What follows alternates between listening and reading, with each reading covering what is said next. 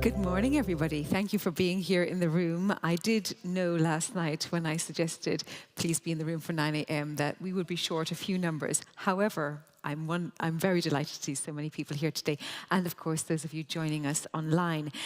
Please do take seats closer to the front because we want to open, as always in the panel discussions, questions to the floor. So there's some empty chairs this side, and I know that I have been asked by Thomas Östers, and he is quite right, if we could have a concentration of people to move forward. So if you are trying to hide at the back, you're more visible that way. So please come to the front, and we have a space here. Thank you very much. You're allowed to move right now, in fact. You can move while I talk, not while Thomas talks. Thank you. I can see some potential movement. Thank you. Well, ladies and gentlemen, welcome back into the room. It is really, really lovely to have you all here. And of course, we have three major topics this morning. No breaks. If you desperately need a break, you can go out quietly and return very quickly if you want a coffee or any other type of stop outside. And then we have lunch, and then we bid you adieu. But before that, we have an awful lot of conversation to get through. Very, very important. And we're going to start with something that we all know is incredibly important, and we all know why it's incredibly important. It's alluded to in many ways. You cannot escape it in the news. And to set the scene for this, how to strengthen energy security beyond the European Union, Thomas Östers will explain more, Vice President of the EIB.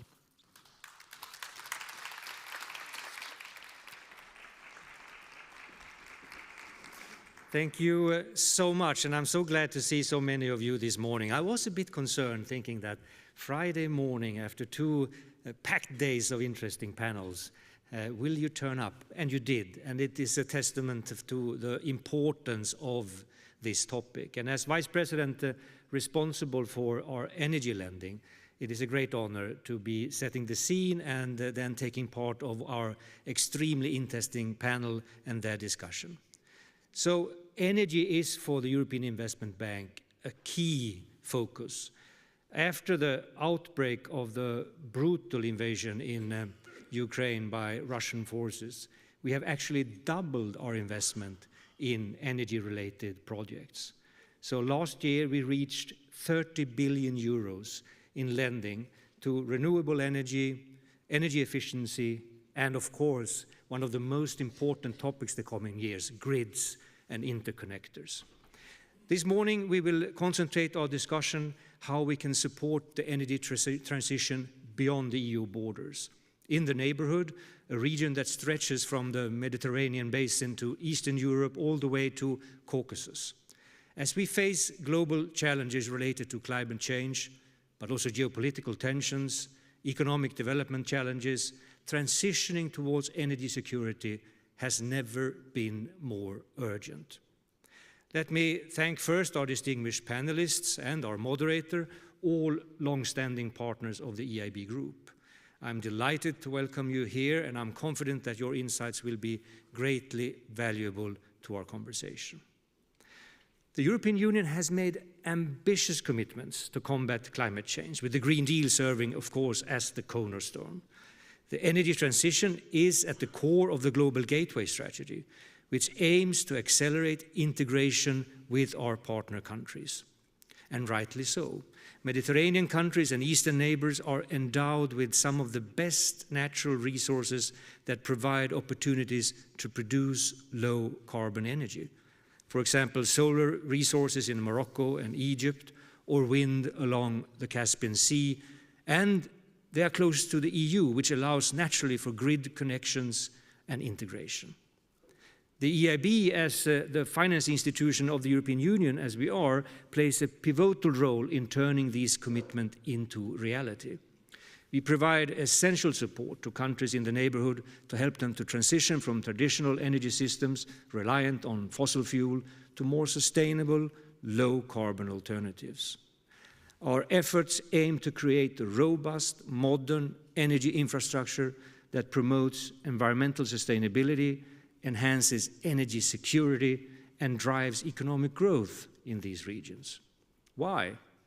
Because, as in the European Union, we strongly believe in the necessity of such transition. which bears significant positive outcomes. Firstly, energy security can only be obtained by reducing dependence on volatile fossil fuel markets and major producers. By investing in renewable energy projects, the EIB helps our neighbor countries build resilience against external shocks and ensures a more reliable energy supply. Secondly, the energy transition promotes economic competitiveness. The EIB's support for clean energy projects foster the development of domestic supply chains, resource security, and manufacturing capacity. This is not only creating jobs, but also attract private sector investments, driving economic growth in the whole region. Thirdly, the energy transition is essential for environmental sustainability. The EIB's investments in renewable energy and energy efficiency helps to protect neighborhood countries and reduce their carbon footprint and meet their climate goals. And finally, of course, the energy transition supports social and economic infrastructure development. The EIB works closely with countries in the neighborhood to build resilient infrastructure and develop the private sector. This includes financing projects that improve energy efficiency, reduce energy costs, and enhance the overall quality of life for citizens. We understand very well that each country has its own unique energy needs, resources, and challenges. That is why the EIB tailors its support, which include technical assistance, to the specific context of each country, ensuring that we provide solutions that are both practical and sustainable. Let me finally underline the crucial role of the private sector and the role that they must play in leading the innovation pathway. I'm pretty sure our colleagues in the panel will showcase interesting examples of how new technologies can be instrumental in that perspective. As you see, our support to energy transition in the neighborhood is not just about financing projects. It's about creating lasting impact on the future of these countries and their people. Together, we can build a greener, more resilient, and more prosperous future, one where clean energy drives development and global cooperation. I look forward to the insights of our esteemed panelists today, and I look forward to our future collaboration on very practical matters. Thank you for your attention.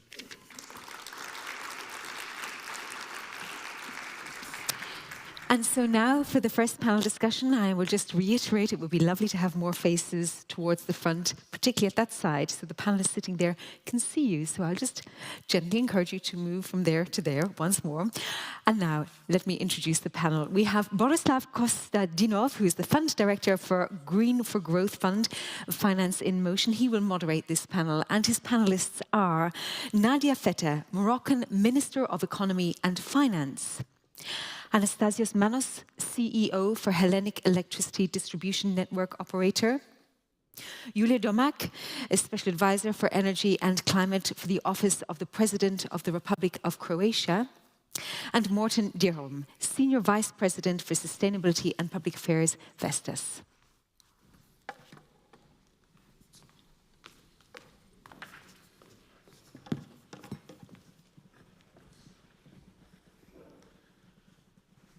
Thank you very much. Greetings and good morning, everyone. It's my distinct pleasure to welcome you all to this morning's panel to kick off the third and final day of the EIB Group Forum. We are honored to welcome a distinguished panel of leaders and experts from the public and private sector here with me to discuss one of the defining challenges in the EU and the Mediterranean region, our collective energy security and our need to accelerate the green transition. My name is Borislav Kostadinov and I'm a Fund Director for the Green for Growth Fund. The Green for Growth Fund is a €1 billion climate action fund initiated by the great vision of EIB and KfW back in 2009. It's a fund that tackles climate change mitigation and strengthens energy security in the EU neighborhood region, including the broader Mediterranean. That's a total of 19 markets. Now, it ranks as one of the largest PPP climate action funds for emerging markets globally, and even more noteworthy than its size, if I may, is its ambitious EU taxonomy alignment target and achieved asset share. A disclaimer for everyone, it's an immense honor that I'm a moderator here. It's the first time in my life that I'm moderating a panel. So thank you, EIB, for bestowing me with this great honor. I'll be looking for the feedback of Mrs. Burke and Christelle at the end of the day in a note, and I kindly ask for the patience of my panelists if I bangle something. So, EIB is one of our fund's initiators and long-standing shareholders, and I would like to thank the bank and most importantly its fantastic, hard-working people for their tireless and competent support for the fund's work and mission throughout. Now, finally, turning to the discussion at hand, already excellently framed by Mr. Ostros in his stage setting, thank you very much. It's a paradigm, it's today's new paradigm, and I think it's fair to call it as such, brings together the agendas and priorities of the green transition, energy security, and importantly, economic competitiveness at a time of increasing volatility and uncertainty. Periods of change create opportunity to adopt new approaches and solutions. We see this in the new Commission's focus on the Mediterranean, with the creation of a new DG focusing on investment, trade, and economic competitiveness through the lens of the energy transition, green technologies, and connecting infrastructure.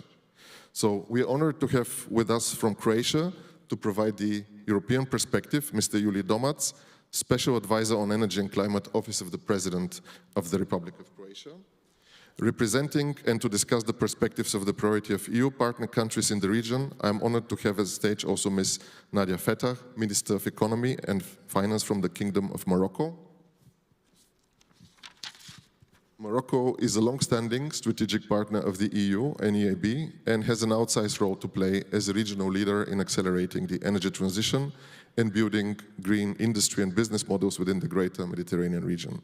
Finally, it's a simple fact that the green transition and the achievement of secure and resilient energy systems cannot be delivered or financed without private investment and ready-for-purpose grid infrastructure.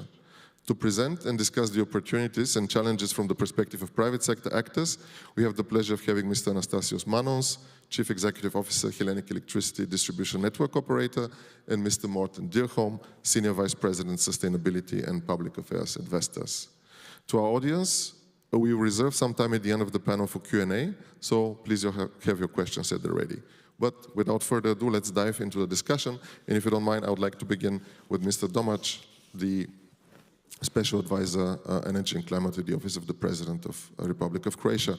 Mr. Domac, beyond your role in the Office of the President, you are publishing, it is said, a book together with several fellow researchers and academics, a book on EU energy independence. At the same time, you are leading an association of more than 80 energy agencies in Europe and beyond. In your view, what is necessary to reach energy independence, and what can Europe and its neighbors do to reach energy security? Thank you very much, and good morning, everybody. You're right, yeah, we are publishing the book. I'll tell you the secret. The full title of the book is, as you said, European Energy Independence, through investing in renewables, empowering freedom. And this is what energy is really about for the moment, for Europe especially. It's about freedom, stability, and democracy. We've seen before, and we know when we started the book, it was all about Russia and using natural gas as a influence to European countries as a kind of a weapon. And nowadays we see from other side of Atlantic LNG being used as a geopolitical tool. So the topic of European energy independence was never more important. And again, I think we were a little bit even naive with our Green Deal plan, magnificent plan, not only for European Union, but also globally. But we were thinking that only long-term planning and addressing global topics like climate change will solve the problem. But guess what? Addressing global problem like climate change through investments in renewable energy is not what some of the autocratic regimes would like to see. Because when I, as a citizen, have a solar panel on my roof, I'm independent, I'm free, you know, you cannot control me so easily. And by accident, energy exporters around the globe are pretty often autocratic regimes. And it's easy actually to forget that living here in Luxembourg, back in Croatia, in Denmark, we think on a little bit different way. So that's why European countries, why European Union should be aware that energy stands just behind, next to defense. That's a pillar of our democracy. I think we are now finally aware of that. So we should build our infrastructure. We should build our energy, electricity grid. I'm happy that you are here. You can speak about it, I'm sure. We should invest in storage, of course. We should invest in renewable energy capacity. We should build that partnership with Northern Africa, of course. We have our islands, Canary Island, Malta, Cyprus, natural bridges to that area, of course. We should innovate. We don't have rare metals, we know that. But we can develop recycling industry. We have probably enough of that rare metals already somewhere around on our landfill sites or wherever. So here's the opportunity. So we can play that game using the innovation, using our knowledge, and we are for long term very, very big basin of knowledge. And this is how we should proceed in the future. Thank you very much. Very, very insightful, Mr. Domac. Thank you. And inspiring in terms of vision. Next question I would like to ask to Ms. Nadia Fettah, if I may call you Nadia. Thank you. Now, a focus on Morocco. Morocco is making very strong progress towards affordable, reliable, sustainable, and modern energy. It's a known fact. So my question to you is more, what role do you intend to play in terms of energy transition integration at a wider regional level? And how can the EU and EIB be of instrumental support in this journey of yours? Good morning, everyone. Thank you for having me this morning. I think the first answer to your question is obvious. We are invited to discuss the energy question with Europe as a strong partnership, strong partner of Europe. And I think on that topic, and not only on that topic, we have a common destiny of finding, I would say, cheapest sustainable energy for the future. As of Morocco, we have a very consistent strategy of investing in renewables since 2009. We've reached installed capacity of 40%, and the objective is to have 52% by 2023. We're lucky to have sun and wind, some in many areas in the same location.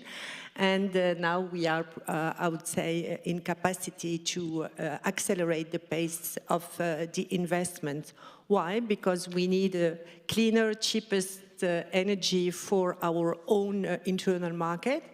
And also because Morocco have made the choice to be integrated in the global value chain. So we need an industry that is cleaner for automotive, logistics, etc. And we want to provide green energy for this. So today, almost, I would say, all the new investments are done by private sector. This is very important, and they're doing this because they trust Morocco as with credibility as a partner, and also because we have, I would say, reformed our SOEs and our regulation, which gives also, I would say, visibility for the investors. As of the future, and I heard that private sector needs to play a role in Morocco. They have been investing less than 30% in energy, and there is a room actually for more private financing, but we can discuss it. It is still expensive money for the private sector. Second point I wanted to mention, not to be too long, I think what Morocco is also doing today is regional integration in energy. I will mention maybe just 2 points we have, because we still need gas as a transition energy for intermittence, etc. We have a pipeline coming from Nigeria to Morocco, crossing 13 countries, 6,500 kilometers. a project of $25 billion. Just to remind that there is 600 households in Africa that still don't have electricity. So we are doing this regional project to have the producer benefit and get revenues. Other countries have electricity, but also connect to Europe. Morocco today is the only country that is already connected to the electricity market in Europe, with Spain mainly, and we have also a logistics that allows for this. Thank you. Thank you very much, Nadia, for the expose and for the announcement. Really interesting. Mr. Manons, wanted to ask the next question to you. The Hellenic Electricity Distribution Network Operator develops projects that transform and modernize the Greek energy market at a fast pace, and you do this by upgrading the electricity distribution network, paving the way for a sustainable energy transition, and you use in particular, and impressively, meters and smart grids that are essential in achieving the Hellenic Republic's energy goals. How can this experience translate from your perspective into scalable solutions for energy markets across the Mediterranean and beyond? Here the emphasis is on scalable solutions, of course. And how do you see the role of financial institutions such as the EIB in supporting such deployment in the years to come? Thank you. Thank you for the invitation. Good morning to everybody. So I will share a couple of stuff about our achievements so far, and I will also try to couple the positions from both Mr. Domac but also the Vice President exactly into this direction. So over the past few years, Greece has significantly increased its renewables penetration from 47 in 2019 to 64 in 2024. And now we have managed to contribute more than 50% electricity generation from renewables versus 33 in 2021. So the gap is closing really fast and the increase is really important. HEDNO alone, the distribution company, was responsible for enabling more than 61%, and in reality we represent 52% of the Greeks' renewable installed capacity, with a huge increase from less than 4 gigawatts in 2019 to 8.3 for 2024, and we'll close the year with close to 10 gigawatts. You talked about, Mr. Domac, about the need to control the fuels, etc. During the Ukraine war, it was really interesting because we were connecting close to 1 gigawatt a year, and for 22-23, because of all the new fleet of renewables that we were connected, we managed to have a cost avoidance of 1.2 billion euros for those 2 years alone. And in reality, what's interesting about this is that we have managed to neutralize the cost of HEDNO, the cost of the distribution company. There is a huge discussion around Europe, but globally, about the need for investments in the grids, the contribution of the grids, etc. So when we move towards the right direction in this, the neutrality and the independency, in reality, the cost of the grids, although it may seem to be increasing, are zero. Of course, we had a lot of technical challenges. We had grid congestion and geographic mismatch. The investors goes to low-cost areas, and this creates issues with the medium voltage lines. We have a large number of distributed energy producers. Unlike TSO, which have some tens or some hundreds of customers, we achieve 10 gigawatts through 100,000 individual customers. This is a curse, but it's also a benefit, because on the other hand, you are hedged. So there is a widely distributed production. This contributes, of course, to increased technical losses, and this needs to be taken into account from the regulator also and the policymakers, because producing so much energy distributed, hedged with all the benefits, of course, it has also impact on the losses and the impact to get it greener.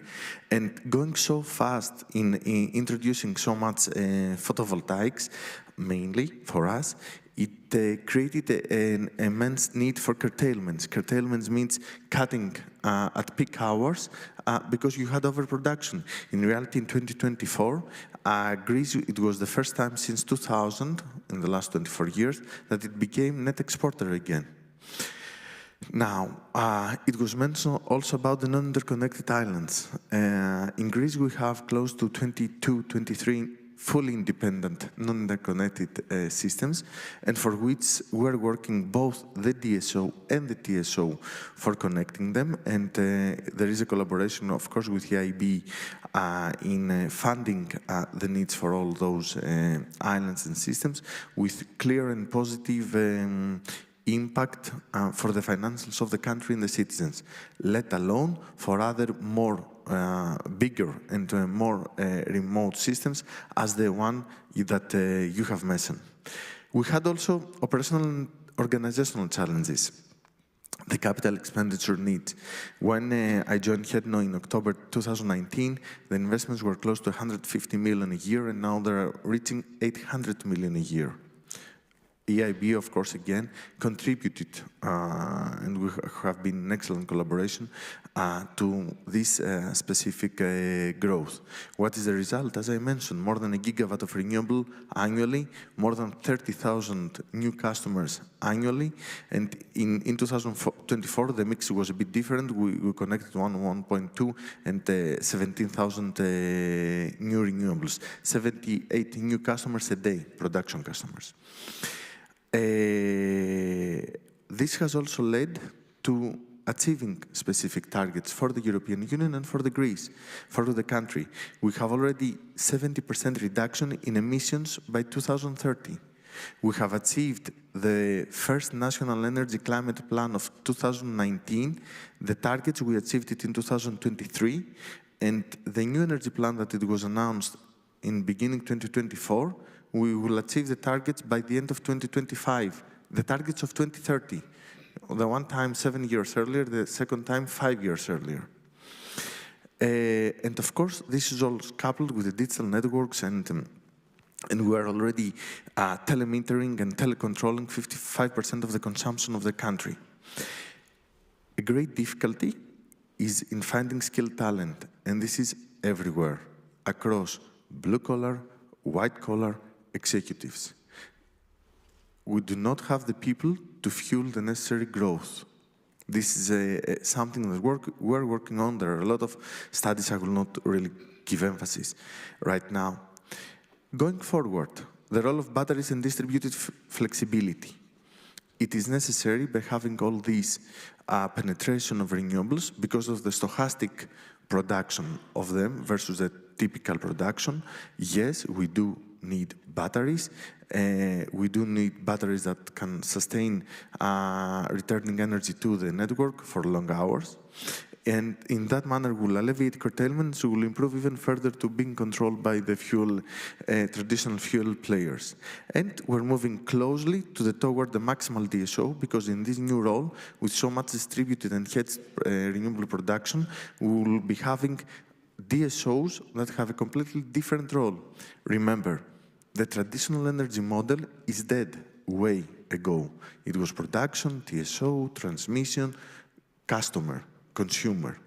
Right now, it is, like a sun. Every part of the chain is producing, moving energy from one to another. So here we have the creation of the maximal DSO. Navigating now to a new industry power structure, it is really important for coordinated regulatory and infrastructure planning. And DSOs, TSOs, regulatory and policy makers need to be proactive, need to be agile, fast, easy to experiment. We have technology advancements outspace and that are creating gaps that challenge the efficient deployment and integration of the new technology. And we need to be having forward-looking regulatory frameworks that anticipate consumer behavior, proactively address infrastructure needs, and will adjust at no cost. I mean, you cannot really experiment and be fast if you don't make mistakes. So we shall make mistakes, and we'll adjust, and we'll improve, and we will deliver. We wouldn't be so achieving national energy climate plans 5 or 7 years earlier. So this is a very key takeaway. And last, to close my position, is the investment requirements for both DSOs and TSOs. There are various studies from Euroelectric, from McKinsey, from EDSO, and so on and so forth, that we need to double the investments on the grid. Yes, we need to double. Some studies say 50, some others say 70 billions. We used to be much significantly lower. And it is the notion that I also touched upon in the beginning about the relative cost. With these achievements, we achieve independency, we achieved greening, and at the end, when you compare versus the traditional ways of production with the CO2 cost, etc., maybe all these investments to the grid is zero cost. Thank you very much. Thank you very much, Mr. Manos. Very, very instructive and illuminating expose. Thanks a lot for the detail, the leadership, and the clear drive towards improving and changing models. So that's very, very valuable for all of us in Europe. Now moving to Mr. Deerholm.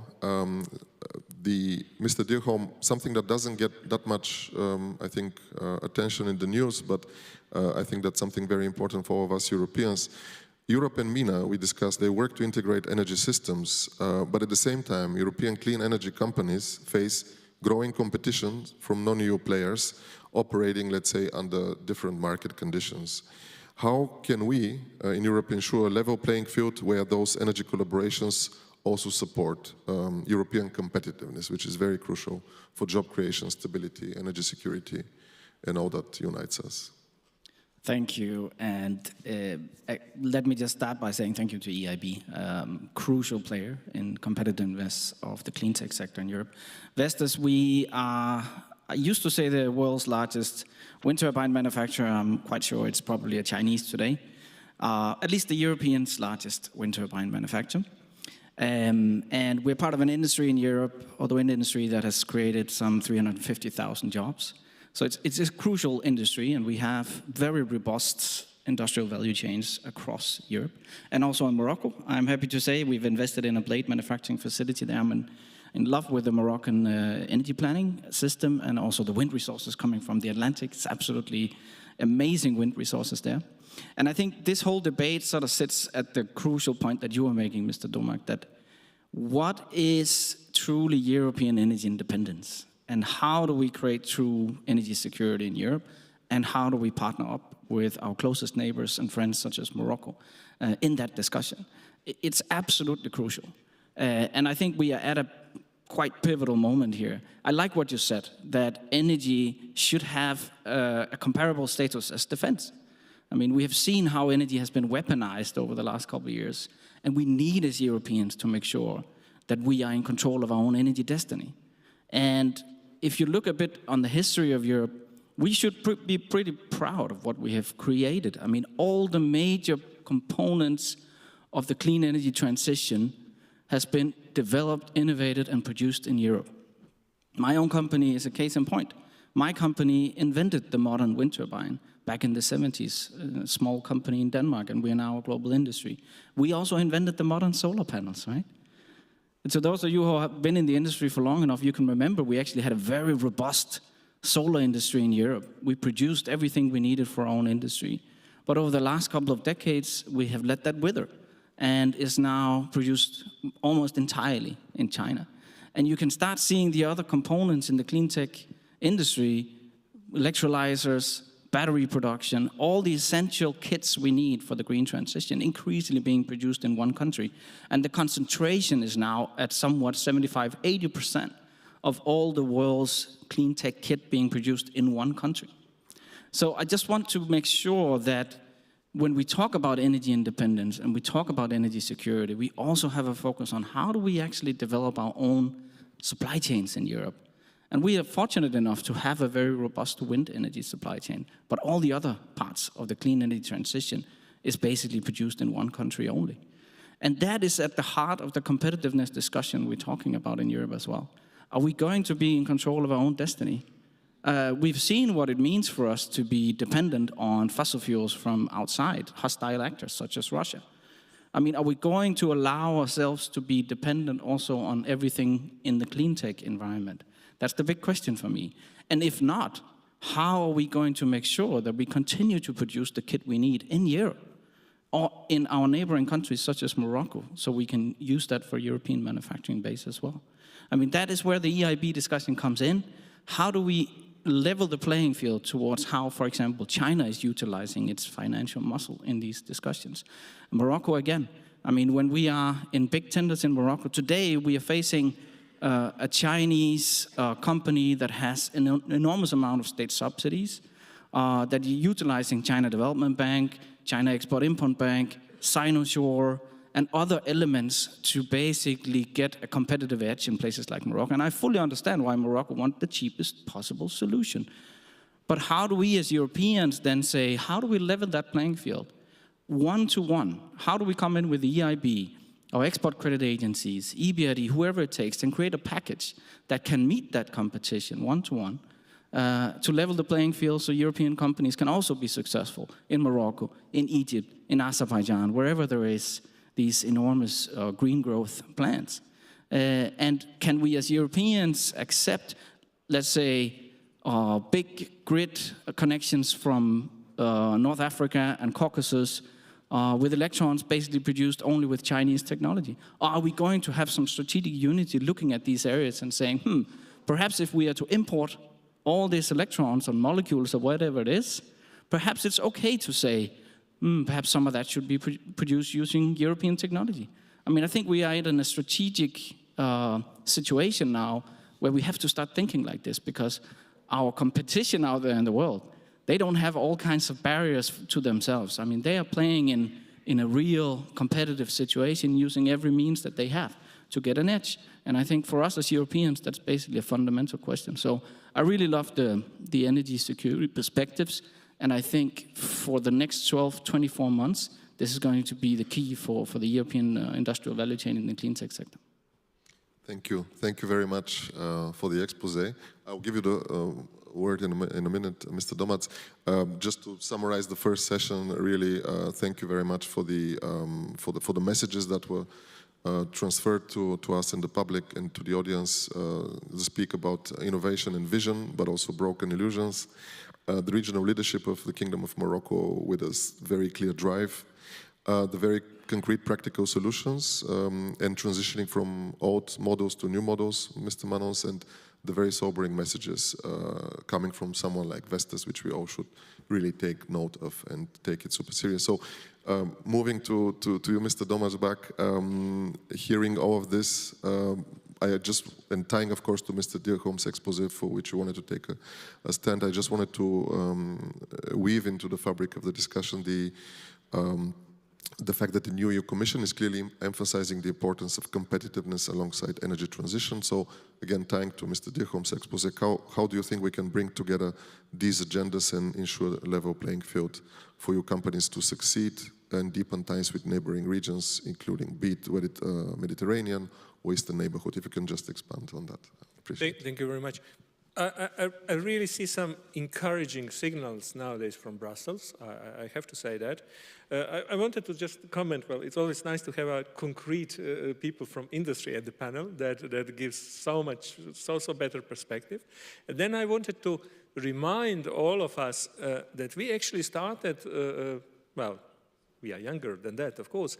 1957, the Treaty of Rome, it was the agreement on coal and steel. So it's the energy and industry which is the reason why probably we are here even today. So without energy and industry, well, there would not be EIB, I guess. We added later social rights, all other topics and issues we Europeans have every right to be proud of. But at the beginning, and the core is energy and industry. And we forgot somehow that. To answer your question, yeah, I think the clean industry deal, it's move in right direction. We see that the need not only to control our energy, there is a very important topic you opened about controlling the supply chain. I cannot think about energy transition without having components, without being able to build the grid which you mentioned. And again, for the grid especially, we should have no borders in the European Union. We are very proud that we can travel around with no borders, that we can send our children for education in other countries. This is all great. But electrons should not see border at all, zero, nothing. We had at one point a strange situation that in times of crisis we are closing our national borders. This is completely wrong. But hopefully, I think in this crisis, and let me remind you again that European Union is always growing through crisis. At this point, I see in Brussels the atmosphere that we shall not close our borders this time. Let's hope so. Thank you very much. Thank you very much, and again for the vision and optimism that's very, very needed. Ms. Feta, Nadia, wanted to ask you next question. Again, tying to the previous discussion, but also reminding us as the new Commission begins its term. Again, energy transition remains in the heart of the EU engagement with the region. And this is now set to be implemented with a much greater focus on expanding the role of EU investment, trade and business in the region. So given that the EU is already the most important partner for many countries in the region when it comes to trade and support, I wanted to ask you, how can the bloc, from your perspective, raise its profile and influence in the region to match its strategic importance? And again, tying to that, how can the private sector, which you already mentioned, and partners such as the EIB play a supporting role for you? Thank you. If you allow me, I would like to maybe to comment on my fellow panelists on some topics. You mentioned the example of Morocco trying to have access, I would say, to technology in general. If it can be cheap, it's better. I think a country like Morocco or in the African continent in general, we cannot be paying the school fees for new technology. When we started in 2009, it was expensive technology. We have problem as everyone in storage, I would say, in so many areas in energy. But I think that we need today to build a real partnership, as you're mentioning, on all the value chain. The investors are coming in our region to have access to the land, because there is a land, to wind and solar. But I think we should think the partnership really in terms of talents, of training people, of having a local engineer that can come also with innovative solutions. But in the meanwhile, we cannot be put in a position to choose to work with, I would say, a geography or another geography. We need sustainable energy for growth. And we are also open to share, I would say, the technology and to learn the technology. This is very important. Very interesting what you were mentioning on the grid. In my country, we were completely closed to open the grid to the private sector. We have been doing progress. Today we open. We need $30 billion or so in the coming 5 to 6 years to invest in the grid, because green energy is produced in the southern region of Morocco, and we need it in the north, and hopefully today to export it. And I must confess, as a policy maker, that it's very difficult to have to change the regulation first, because the population, the politicians are not ready for this. And secondly, to have very agile, I would say, policies on this is difficult, and this is why maybe EIB as partner can put us through, I would say, some interesting experience and successful. Congratulations to you on that one. Regarding what we can do more actually for the private sector and to partner with Europe, you were all mentioning blended finance. And if you allow me to quote one journalist I just read last week, is that climate is heating up, and the ambition on finance is unfortunately cooling down.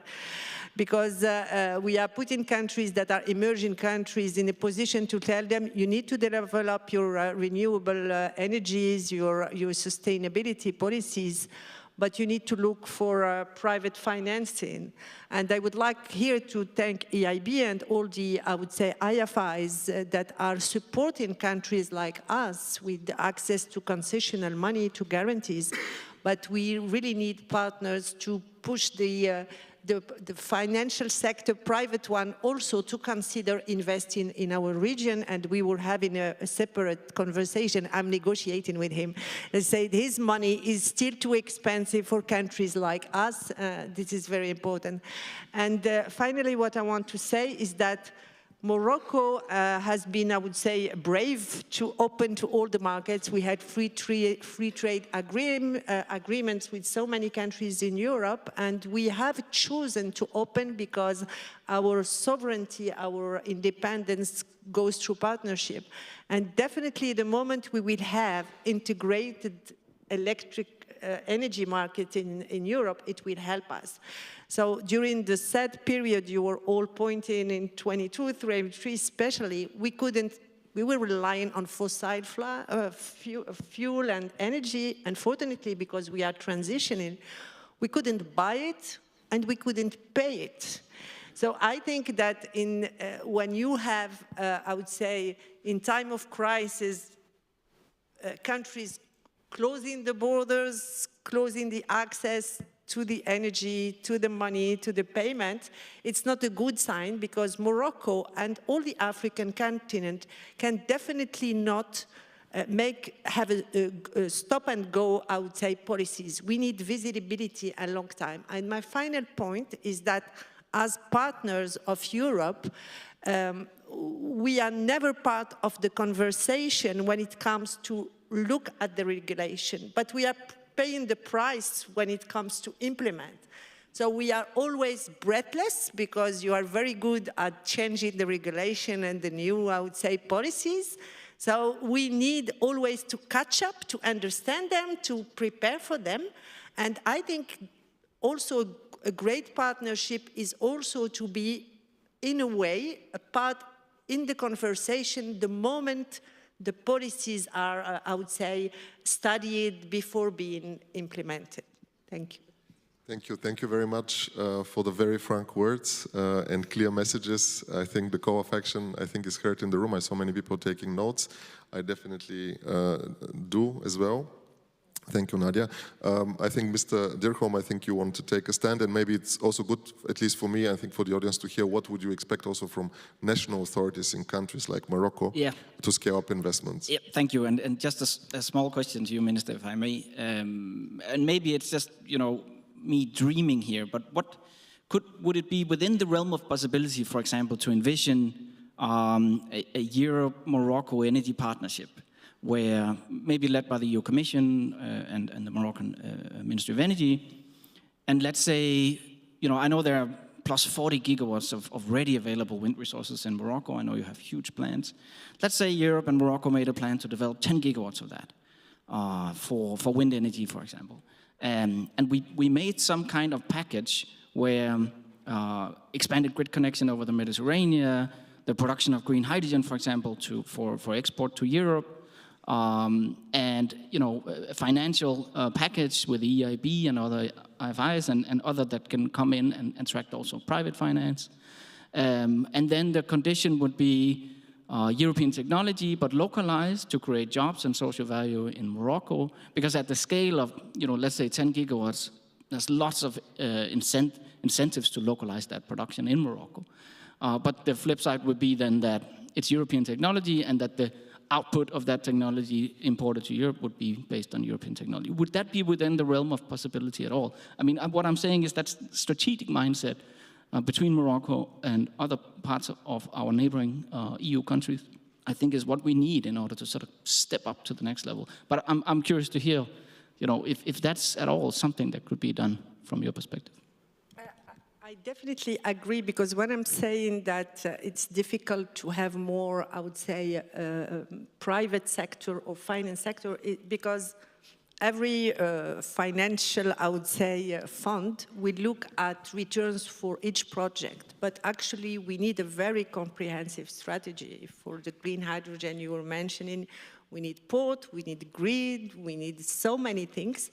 So if you have a partnership with Europe saying that we are not financing or studying one or two projects, but we are having a full picture, and then we see how much is available for the public, I would say, or the SOEs, how much for the project, then we can reach this marginal cost of the grid, because if we were to build an infrastructure or transmission, I would say, investment for 2 projects, it's going to be expensive and we need to share the cost with the investor.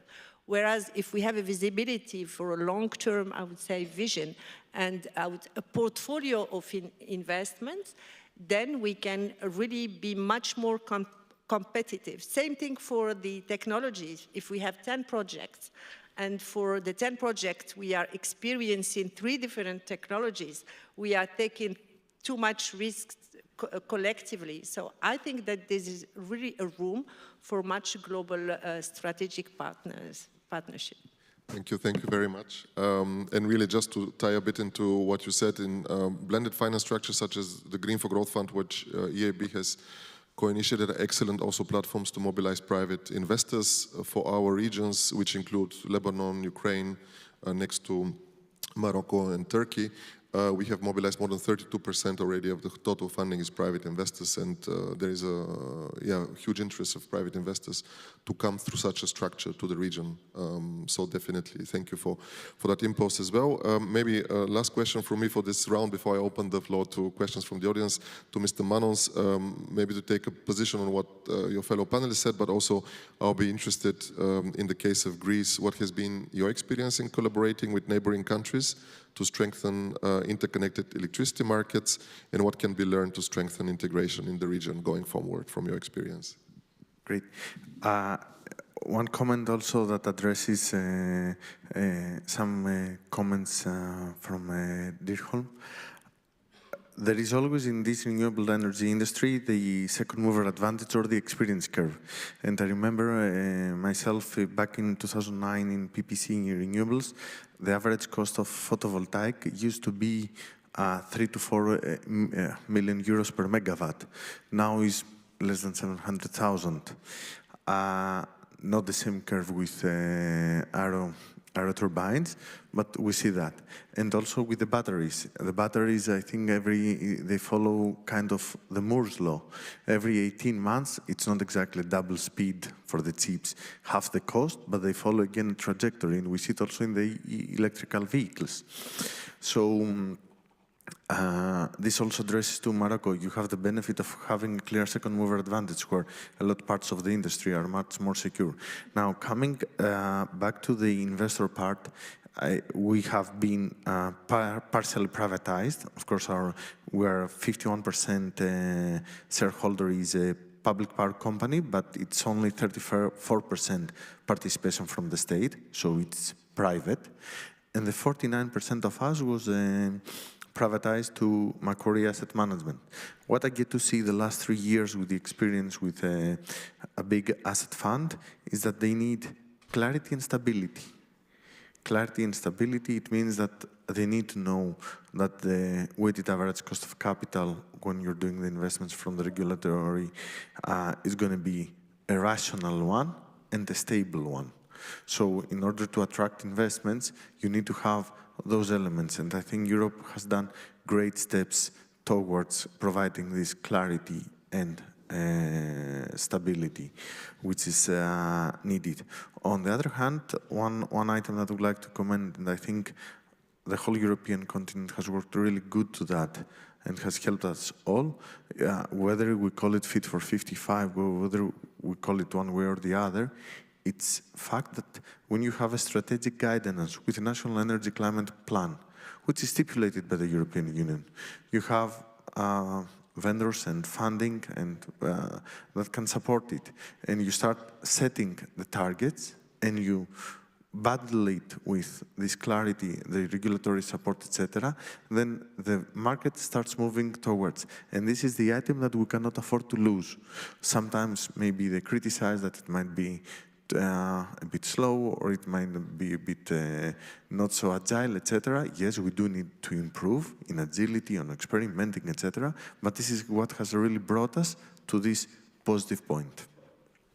Thank you to all of you for very, again, clear messages, frank exchange, and open call for actions to all of us. I would like to open the floor. I think we have 10 more minutes for a few questions from the audience, if I may, before I ask you for final statements before we wrap up. So feel free to ask a question to any of our panelists. Mm-hmm.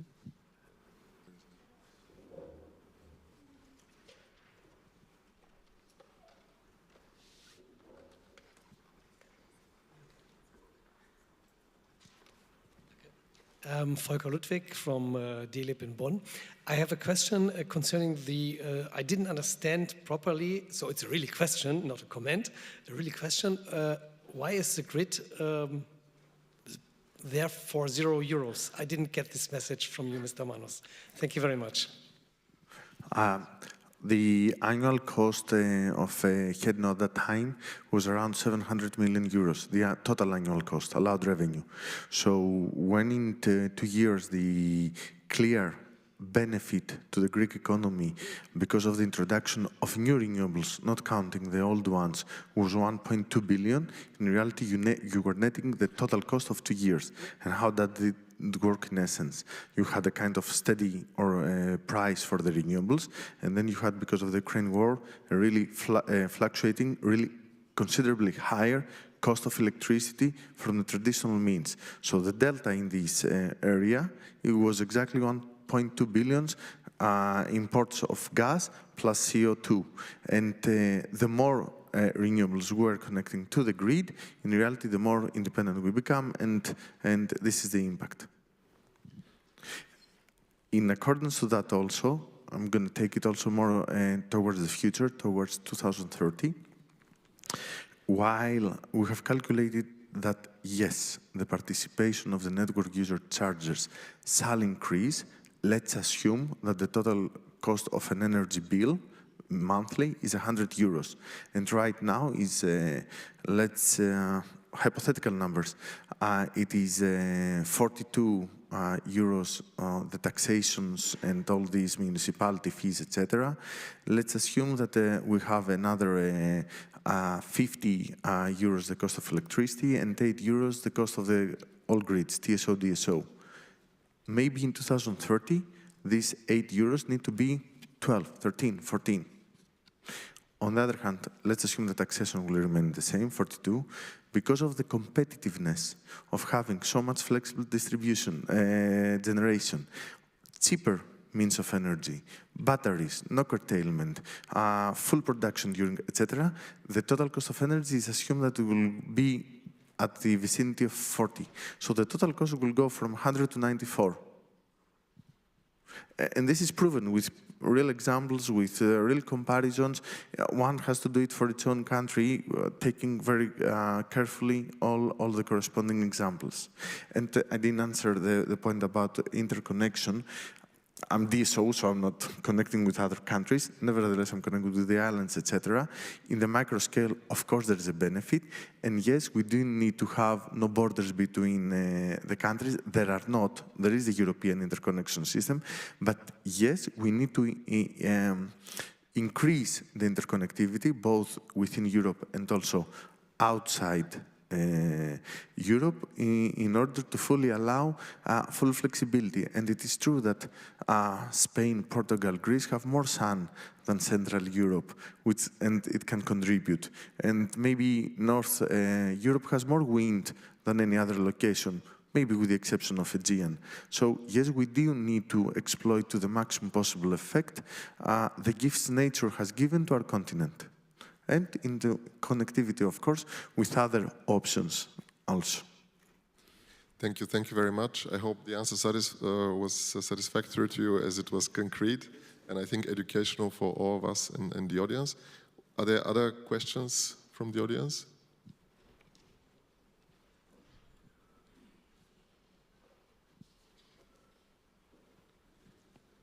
Thank you, Chris Knowles, independent advisor these days.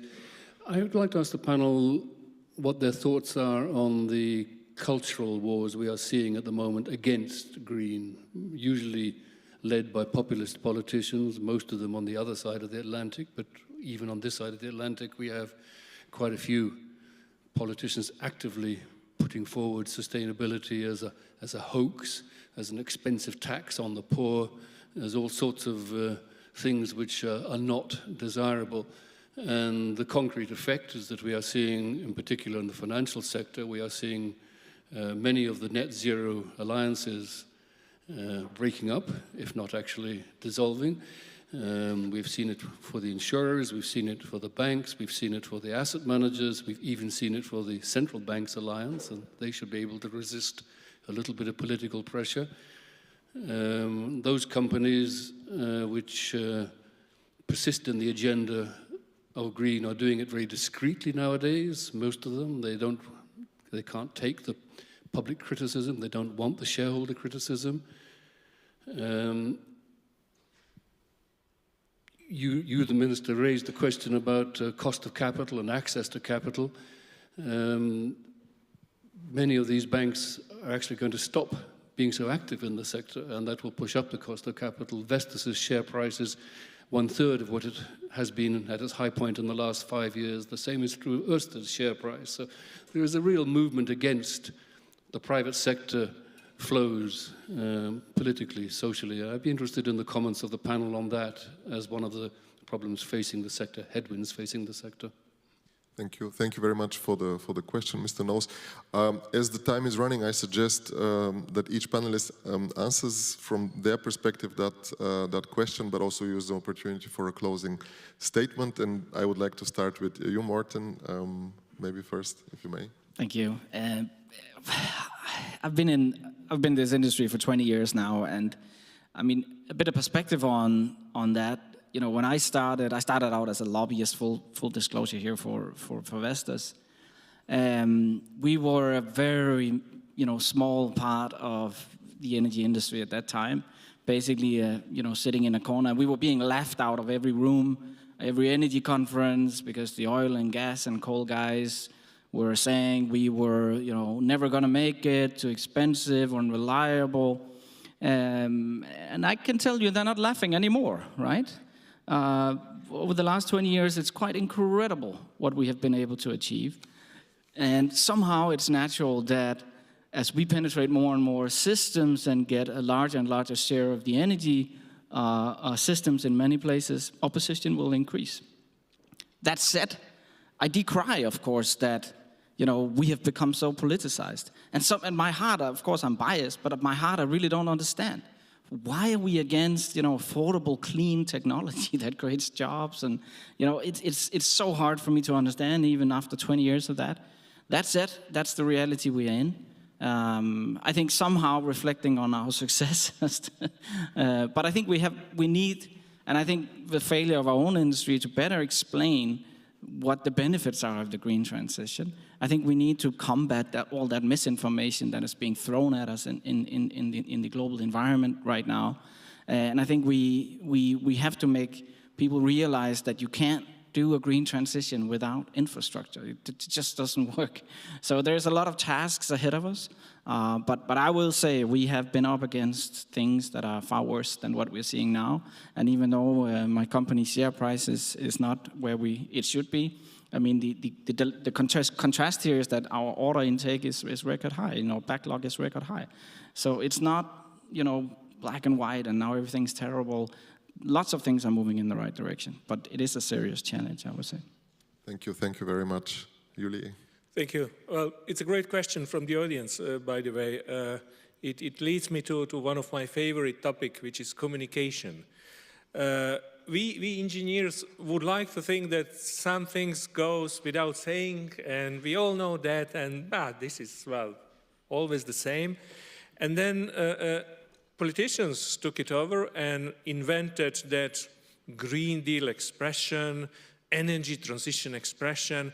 And if I have to think how to define that energy transition in my own language, in Croatian, I would have troubles with that, What does it mean, energy transition? Well, Green Deal. We do what we have to do. We push forward renewable energy, which is important to decarbonize, which is important to prevent climate change. So we do what is needed, what we have to do, because we Europeans, we don't have enough our own oil, gas, nuclear fuel as well. So we do common sense thing. It's not energy transition something. And then what we get? We get lack of understanding. We have reluctance. If I understand well, my colleagues from banking sector, they capital like to see stability. And that energy transition brings some worries about that as well. So communication is still important. We underestimate that. And just to conclude, I think it was actually a great panel. I would like to repeat that message from Lady Minister from Morocco. We in Europe, when creating European policy, we should think about our partners, about our neighboring countries where we would like to work together. We should communicate our policy to them. We should maybe ask their opinion sometimes about our policy as well. And then we can hope to have a wider partnership and more success. Thank you, Yuri, for the clear message also and the absolutely crucial perspective. Thank you. Anastasios? To add, I fully agree with Mr. Domac that we have to do what we have to do as Europe in order to survive and not extinct. On the other hand, to build upon this, all this Green Deal and green effort creates enormous energy also to the local business environment. At Hedno, the indirect effect that we have in the country is an additional 30 to 40,000 positions of jobs. Out of our total annual expenses, 88% remains in the country. Only 12% is foreign, let's say, spend. So all this effort is definitely not for nothing. We're targeting the Green Deal, but it's also creating a lot of value, a lot of jobs, a lot of energy in the whole business setting. And we should not be forgetting also this. Thank you. Thank you very much. And last word to you, Nadia. Thank you. I think that unfortunately with all the headwinds and the fragmentation, temptation, we put energy as one topic, but I think that in responsibility, all the countries are respecting actually their agenda of greening the energy. Of course, we have some challenges to finance it. And I think to increase awareness, probably we need maybe to share the success story that you have in Europe. Some of them are really impressive. I'm not talking about any country. I want to be friend of all the others. But I'm looking at the markets from time to time, and it's impressive the successes that are happening. And the other point is that you look at big industry like logistics and transport, they are still investing. So I think that the big economic players are doing the job, and we should resist as politicians too, but also as private sector, to say that we are sticking to the agenda, to the timetable, and share more our experiences and successes. Thank you. Thank you very much. Thank you very much, dear panelists, for the excellent exchange. Thanks for the organizers. We have 58 seconds. And I think at this stage is where we can also part ways and continue. Thank you for the optimism and the spirit and the openness. Thank you.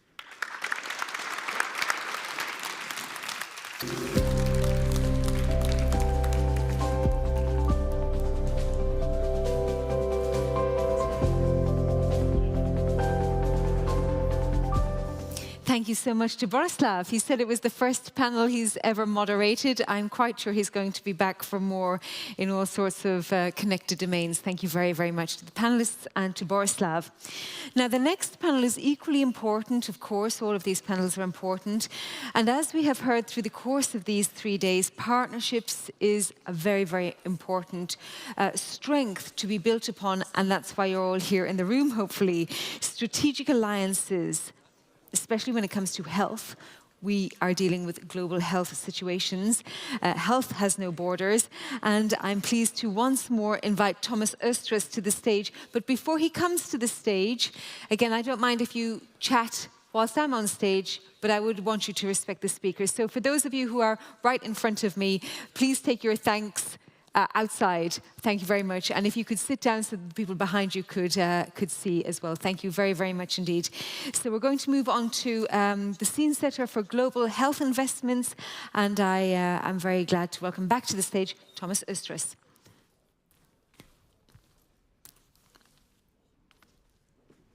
Thank you so much. Yes, I'm back again. I'm very proud to be responsible for our energy lending policy, but I'm equally proud to be responsible for our activities in health and life science. And what connects these two themes is the incredible staff we have in these areas. The services at the EIB can both use their financial expertise, second to none, in construct very attractive financial packages, attractive both for us and our clients and partners, but also we have the subject matter expertise in energy and life science and health and many other areas, with engineers, medical doctors, life science expertise that is quite unique for a bank like us. So that is a strength that we have. And in the field of health and life science, we have the opportunity here to work very broadly. We are investing venture debt deals with very innovative small and medium-sized life science companies that have innovations, cutting-edge innovations, where we can support their scaling up. We invest in health infrastructure, in education of health workers, in vaccination campaigns, in hospitals and many other types of infrastructure investments. And we can do that thanks to the expertise that we have in-house. And it's the same expertise that works inside the European Union and outside the European Union, which is also a strength, I think, because the transfer of knowledge in both directions can be very, very important. So we have touched upon in almost all sessions on the global geopolitical order that is in a bit of disarray as we speak. And we had the chance yesterday to listen to Dr. Tedros, the head of the WHO, one of our strong partners in the field of health, and his explanations of the situation that this important organization is in. But it's also a very good example of what is needed now, and that is partnerships. Partnerships to be able to invest in health and thereby strengthen people's possibilities and lives. So health challenges knows no borders. And of course, health challenges varies by region. But the need for equitable access, resilient health systems, and sustainable financing is universal. The COVID-19 pandemic took its toll on global health. It basically reversed over a decade of gains in life expectancy. And now we are seeing the immediate consequences of countries like the US freezing financing to very important health areas. At the EIB, in partnership with the European Commission under the Global Gateway Initiative, we have committed substantial resources to support health projects around the world, especially through our valued global partnerships. And let me give you a few examples that I think can illuminate how we want to work and how we are working right now. We are, for example, partnering with the European Commission and the Gates Foundation to build the Human Development Accelerator, HDX. That is an 800 million euro facility that targets unmet medical needs worldwide, supporting local solutions for healthcare. It can be production of essential medicines, it can be vaccine production locally in Africa, for instance. It can be support to innovative companies that are ready to take their ideas in partnership with low and middle income countries. Also with the Gates Foundation and the European Commission, we provide 500 million euros to support WHO and UNICEF in the implementation of the global polio eradication program. In fact, immediately after this panel, we will hold a short celebration ceremony of what we have achieved up to now together under this polio initiative. An innovative way of working together in a crucial global health area. Also in collaboration with IFC and other development finance institutions and Team Europe partners, the EIB invests in health preparedness, healthcare infrastructure, and pharmaceutical production. In fact, in New York last year, during UNGA, we launched the Surge Financing Initiative to be prepared for the next pandemic and use the lesson that we learn to be even more efficient. With WHO and the European Commission, I would like to highlight another joint initiative that we have taken. Together with the African Development Bank, the Islamic Development Bank, and the Asian Development Bank, we have launched the Health Impact Investment Platform. Together, we commit to invest over 1.5 billion euros in primary healthcare, the cornerstone of a functioning healthcare system in low and middle-income countries. This platform has now moved into operationalization, and I'm very much looking forward to see these crucial projects, crucial investment being financed and rolled out. Our partnership with Gavi, of course, predates the pandemic, and with Team Europe, we have been strong supporters of COVAX, which closed at the end of 2023, and today we remain committed to Gavi and the essential work that they do. Over the last 5 years, the EIB has provided more than 22 billion euros in financing to projects in the health and life science sector, and around 5 billion of those in countries outside the European Union. Our engagement in the health sector spans over many areas: infrastructure, medical innovation, health system strengthening, access to essential medicines. And our support aims to not only address the immediate healthcare needs, but to build lasting, resilient systems that can adapt to future challenges. An interesting example also represented in the panel is our cooperation with BioNTech. Before the pandemic, we were partners in financing their cancer-related research. When the pandemic hit, we agreed that we were able to finance their attempts to create a COVID-19 vaccine, which they very, very quickly succeeded to do. A couple of years later, they even inaugurated their facility in Rwanda for local vaccine manufacturing. What an interesting example of how cooperation inside the European Union and outside the European Union goes together.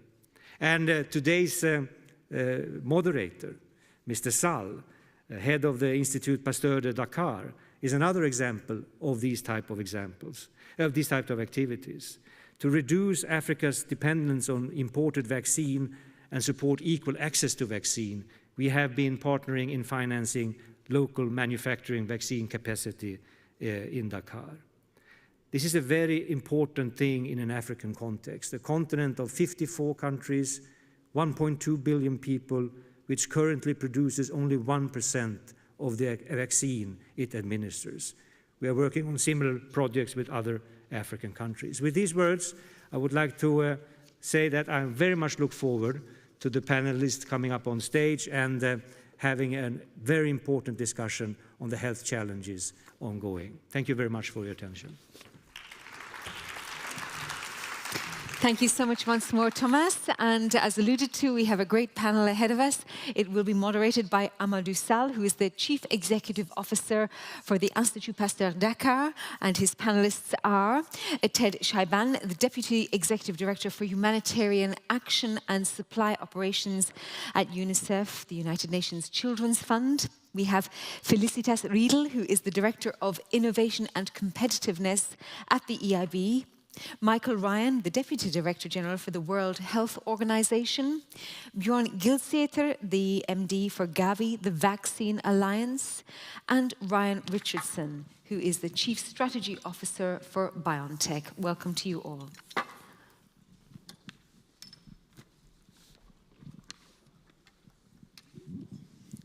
Thank you very much. My name is Amadou Sall. Good morning, everyone. I'm the CEO of Institut Pasteur in Dakar, as discussed by VP Ostros. It's a great pleasure to be here to celebrate partly the partnership we're having with EIB that is helping us actually to work in Africa and strengthen capacity for vaccine manufacturing. Today, actually, we bring together key global health leaders to discuss how strategic alliance can have meaningful impact in addressing health challenges worldwide. Global health is a shared responsibility, from pandemic preparedness to vaccine equity, from strengthening health system to fostering innovation. The complexity of global health requires collaboration, not only between government, multilateral organizations, but also with the private sector and the civil society. The partnership is not only desirable, but it's also essential. In the next hour, what we are going to do is to explore how leading organizations such as EIB, Gavi, UNICEF, BioNTech are actually working together to enhance resilience and to preparedness, as well as putting together equitable solutions to health. We will hear from distinguished experts who bring unique perspective on framing innovation and how to respond to health emergency and ensuring that investment translate into sustainable and impactful change. To start the discussion, I am going actually to turn to Bjorn Gilsetter, who is the Managing Director of Gavi, the Vaccine Alliance. Beyond Gavi has played a crucial role in global immunization over the past 25 years, vaccinating more than 1 billion children worldwide. Congratulations, because this is an incredible achievement. As we look ahead, what are the next steps, Gavi, and how can strategic partnership with public health, with public and private institutions help to address the pressing global health challenge today and tomorrow? Thank you, Amadou, and I'm delighted to be here. It's really an honor. Thank you, Thomas, for the invitation. It's actually, for me, a bit of coming back. My professional career started 30 years ago as the first Swedish EIB desk officer from the Ministry of Finance. And in those days, it was all about infrastructure and financial sector. Had I suggested that we should hold a forum on global health, I think management would have laughed at me.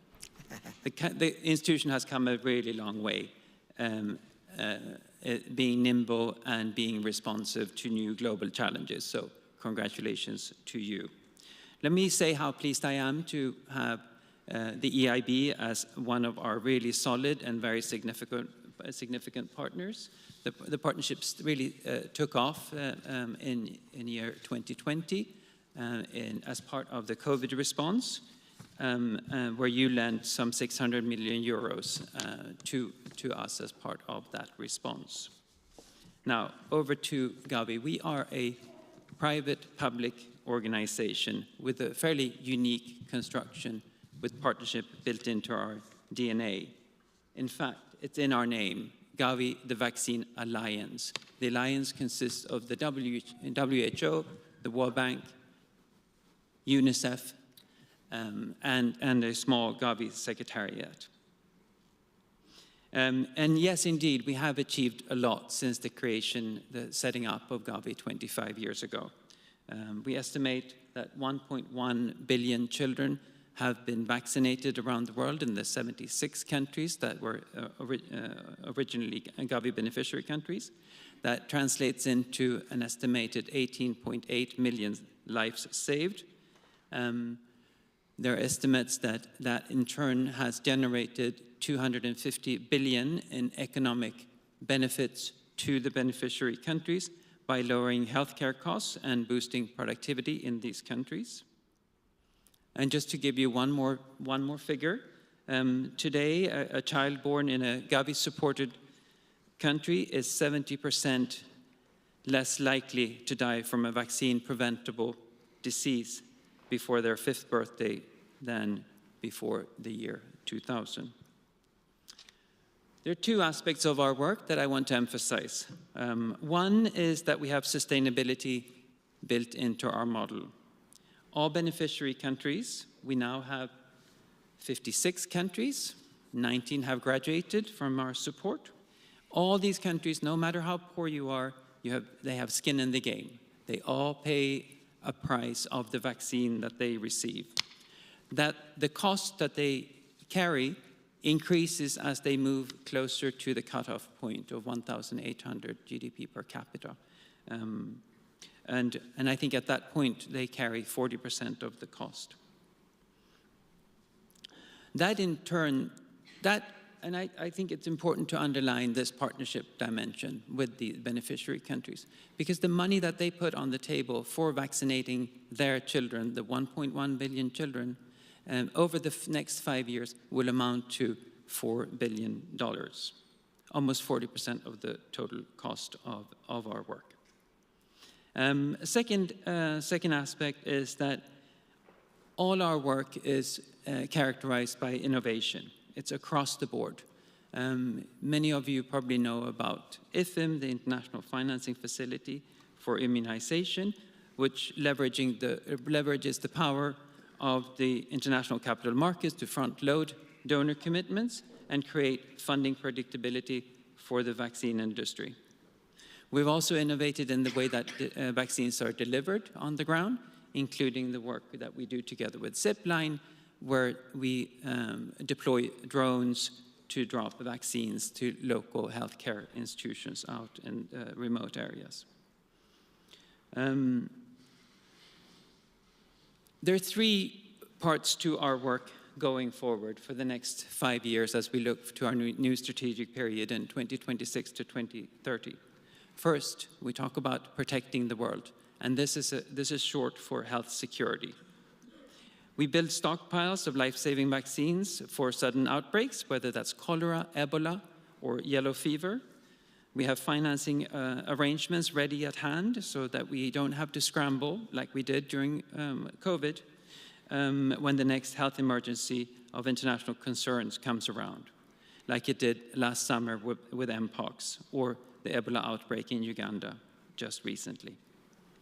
And in this regard, the EIB has been a great partner, including supporting our zero-day financing facility with 1 billion euros. So thank you for that. Second is protecting people. Over the next 5 years, we will double our speed of vaccination and vaccinate 500 million children, including, and this is one of our key priorities, to reach those tens of millions of children who currently are what we call zero-dose children, who haven't received one single vaccination. And finally, protect communities by investing in health systems strengthening, supporting local health clinics in rural Chad or Ethiopia that actually gets the vaccines into the arms of children. Thank you. Thank you very much, John. Really, you give us a very good insight how these strong partnerships help drive the global immunization program. And I think this is also a good way to show how partnership can support people that need the most those vaccines. Building on that, I just would like actually to turn now to Ted Scheiban, who is the Deputy Executive Director for Humanitarian Action and Supplies Operation at UNICEF. Ted, UNICEF plays a critical role in global health, definitely, not only as the largest procurer of vaccines, but also delivering essential health service to children in crisis-affected regions. UNICEF has been at the forefront of several initiatives, such as Global Eradication Program for polio, that we're going to be celebrating a little bit later. But also it addresses as a pressing health challenge. How do you see the complementarity between your institution and the public-private partners achieving your goals? Thank you, Amadou, and thanks to EIB for having us on this panel. The first point I want to focus on is at a time where there's such a questioning of global partnerships, of global ODA, it's important to remember how much we've achieved. And we've seen a huge drop, a child survival revolution, a drop in under 5 deaths to less than 5 million in 2023.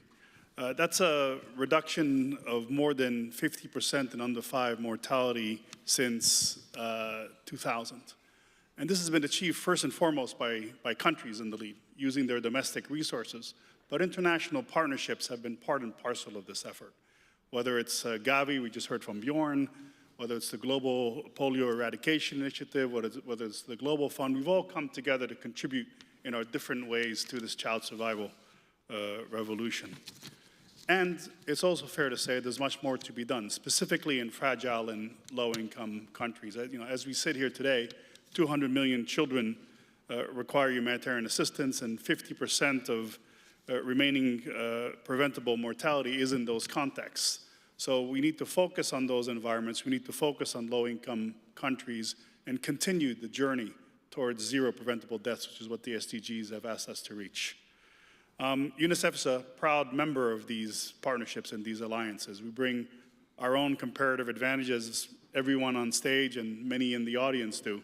In our case, it's the work on supply and procurement capacity, our work on risk communication and community engagement, our field presence and the focus on last mile delivery, which was so important during polio. And then because we focus on the child and we're multi-sectoral, all of the work on social determinant of health, so work on education, on violence, the environment around health that needs to be addressed.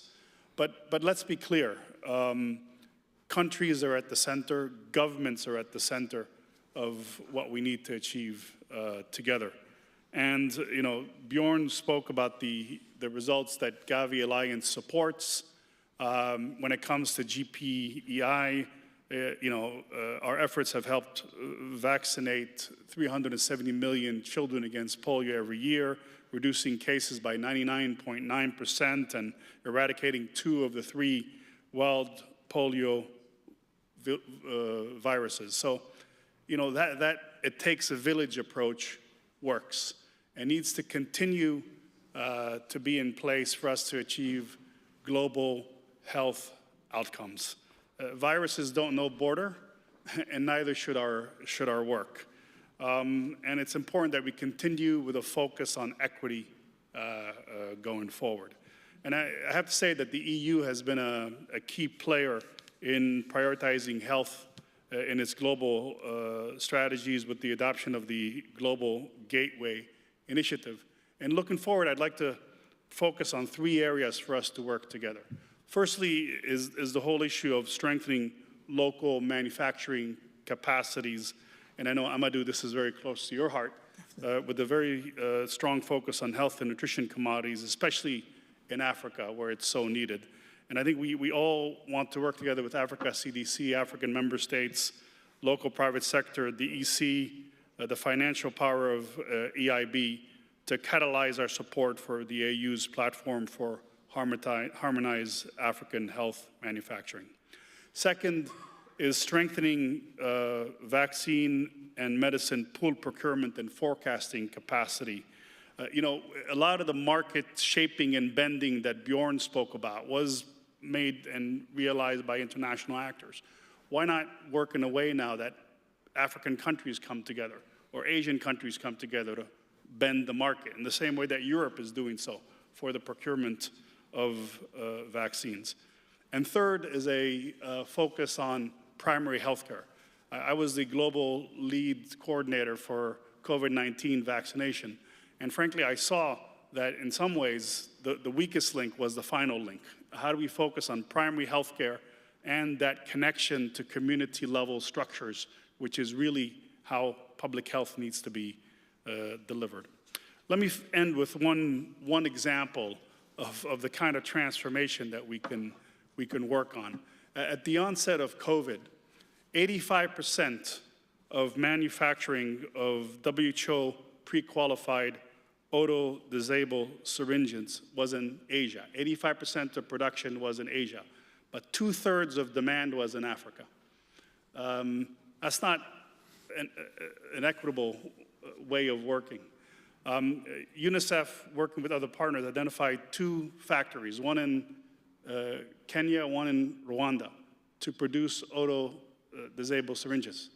Working with Gates and other partners, there was investment made in those 2 companies. Today, 40% of auto-disable syringes are produced in Africa.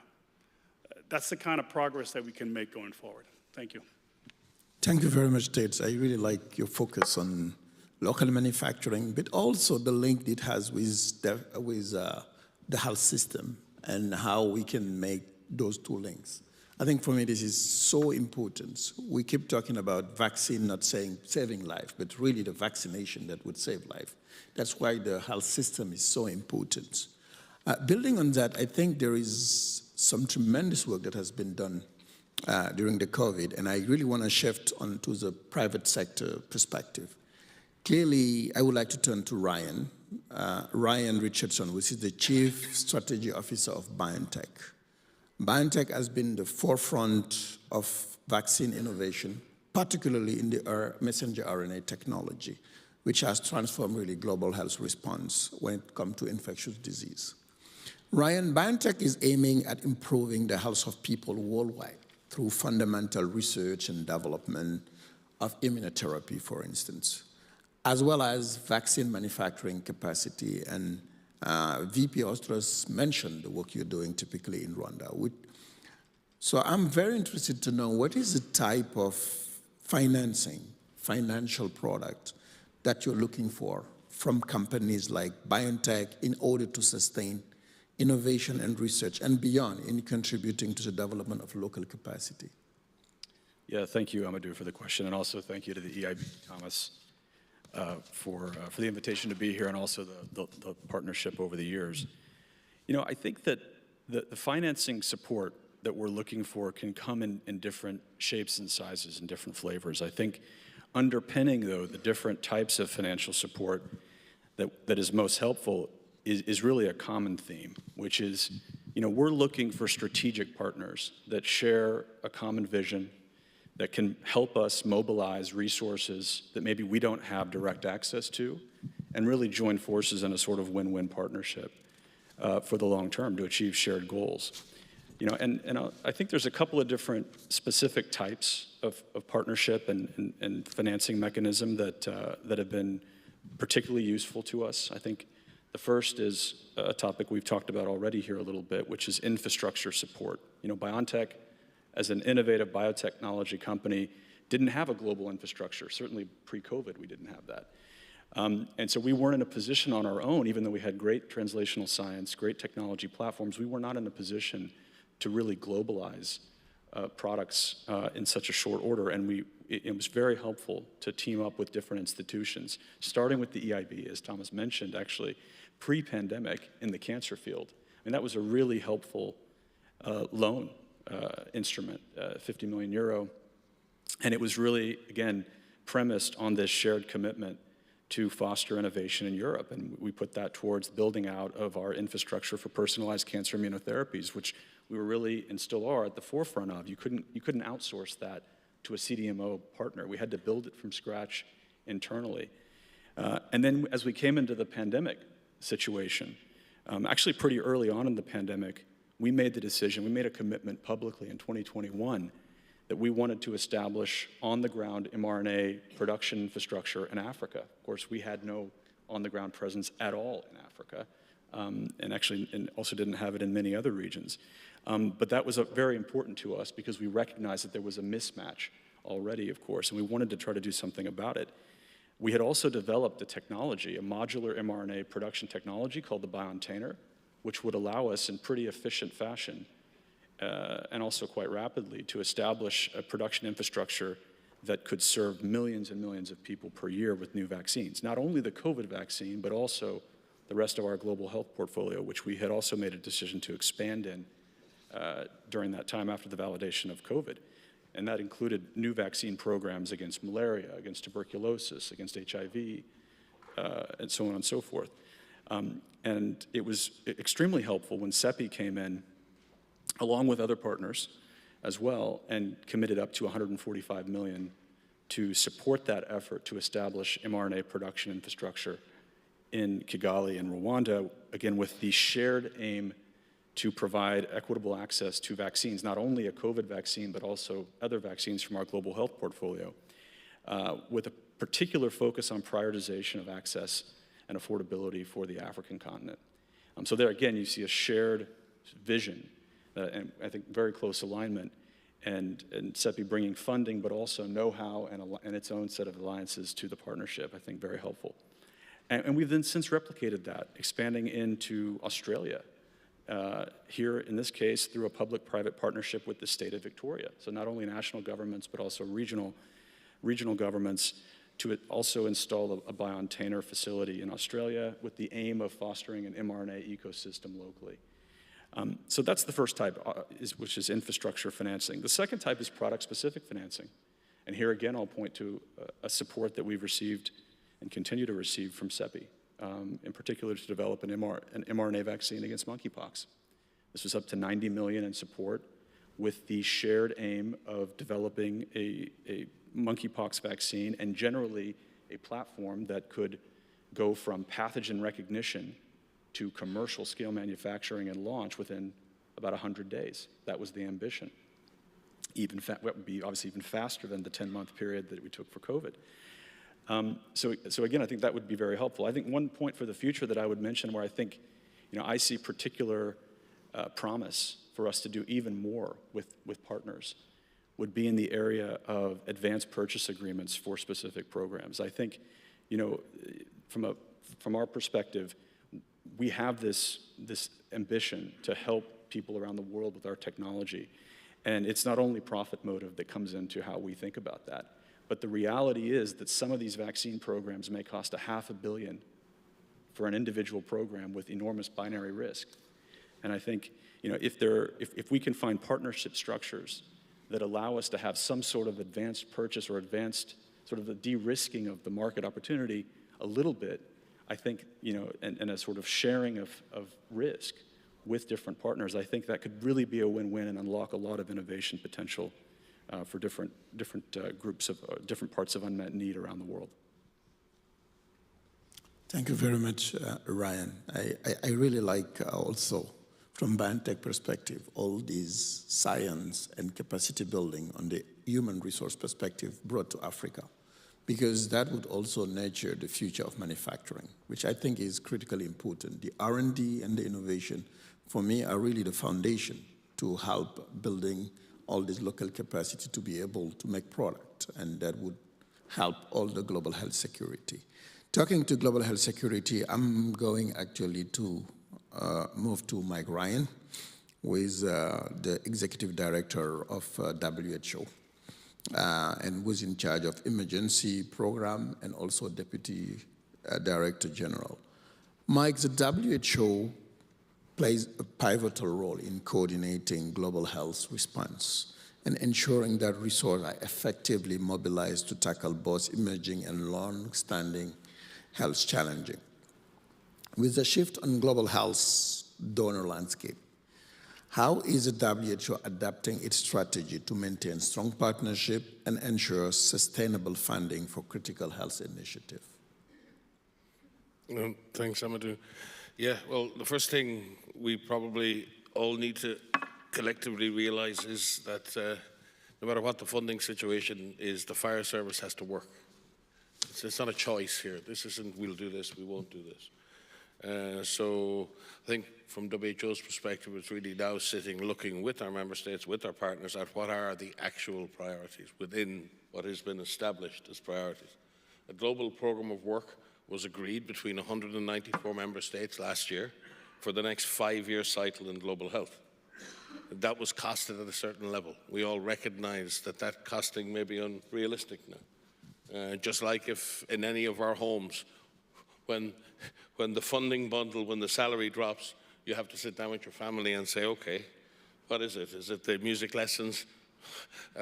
Is it the car? Is it the family holiday? Everything is important, but what's most important? And I think that's where the partners need to work together now in the coming months, especially, is to maintain our partnerships. The worst thing that can happen in a crisis is that we lose cohesion and we turn on each other, be that at community level, at national level, at global level. We're all in this to build partnerships. Those partnerships are as much determined by passion and commitment and a pursuit of equity as much as they are by contracts and money and everything else. We have a shared human goal of reducing human suffering, increasing human security. Health is security. Health is defense. Health is peace. And we all believe that, but wherever we come from in the different sectors. The power we have in our partnerships is no one has all the solutions, and that sometimes is seen as a weakness. No one can do this by themselves. It's terrible. Well, actually, that's fantastic, because that allows us to have the humility of depending on others to deliver. You mentioned the ICG mechanisms. People probably don't realize, but long before COVAX, we have 4 global mechanisms for Ebola, for yellow fever, for meningitis, and for cholera, in which vaccine is made available free of charge to all countries suffering epidemics, and that vaccine is only distributed on the basis of need. That ICG mechanism is a 25-year partnership between WHO, UNICEF, the Red Cross, MSF, the Center for Disease Control in Atlanta, and Gavi as well. We had different mechanisms, and they were all half working. But we got together a number of years ago and said, hang on a second, UNICEF should be the one doing the procurement on the vaccines and distributing it. Gavi should be doing the market shaping and doing the financing. We in WHO should be focusing on the epidemiology and the decision-making architecture, and then downstream, UNICEF, Red Cross, and others. And in realigning all of that, we got huge efficiencies, and now we manage all of those products within one system. It's actually costing less to do than it did before because we're doing it better together. And I think we have collectively demonstrated that we can approach these complex problems with a public-private partnership, with an agency-agency partnership, and more importantly, an increasing need to partner with the countries and the people we're serving.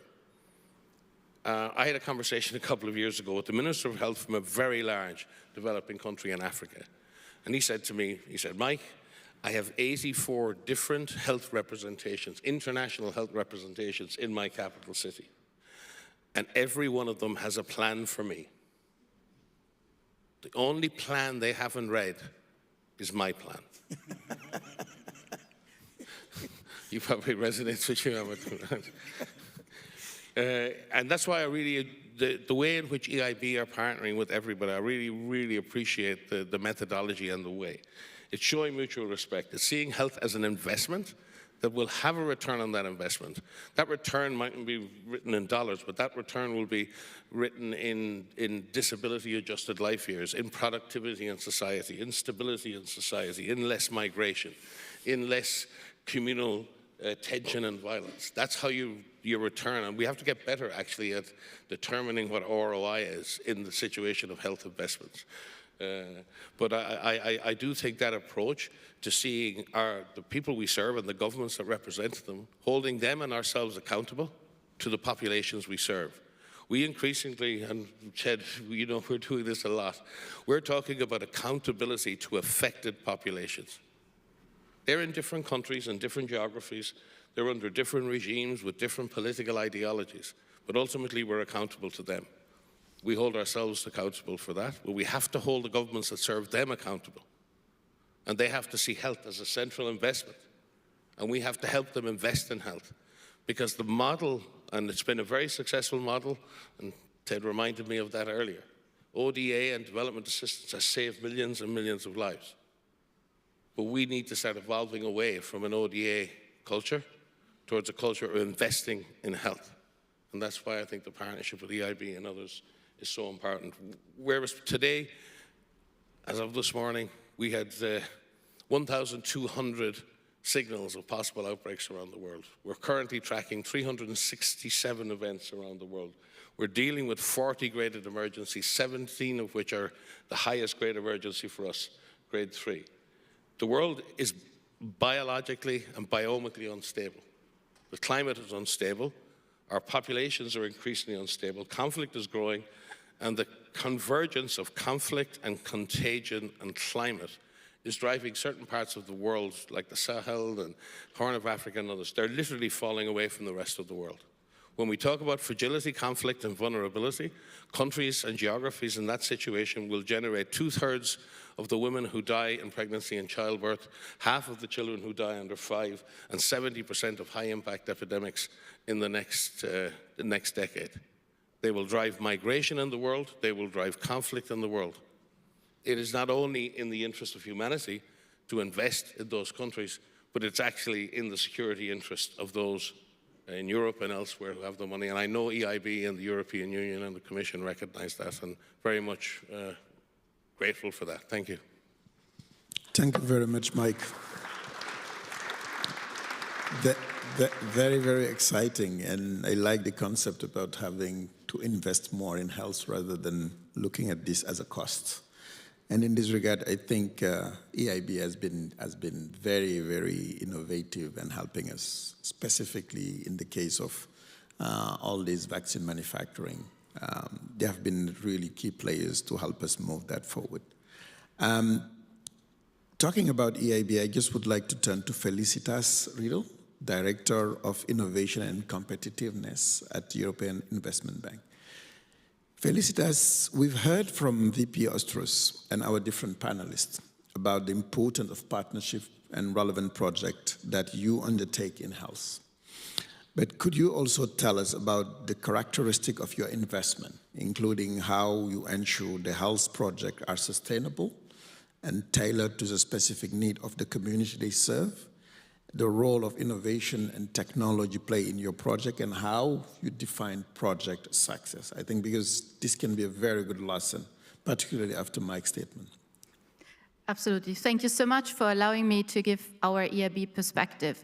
First, I would like to reiterate and reassure everyone in the room, EIB remains, has been, and will be committed to global health. So we will, despite all the challenges that the world is facing at the moment, we will not step down in our activities in the sector. And this is due to the fact, as we are fully aware, on the impact that investment in health shows. What you just heard is an illustration about the type of intervention and the type of projects that EIB is supporting in global health. To come back to the question that was specifically asked is, what are the characteristics of our investments? I think part of it you could already sense from the speakers previously, but what I would like to share with you are 3 key points. One is all our investments are tailored to community needs. So we really prioritize or invest into projects that address specific health needs in communities. How we achieve this is also with our partners, be it with the WHO, UN, or the European Commission.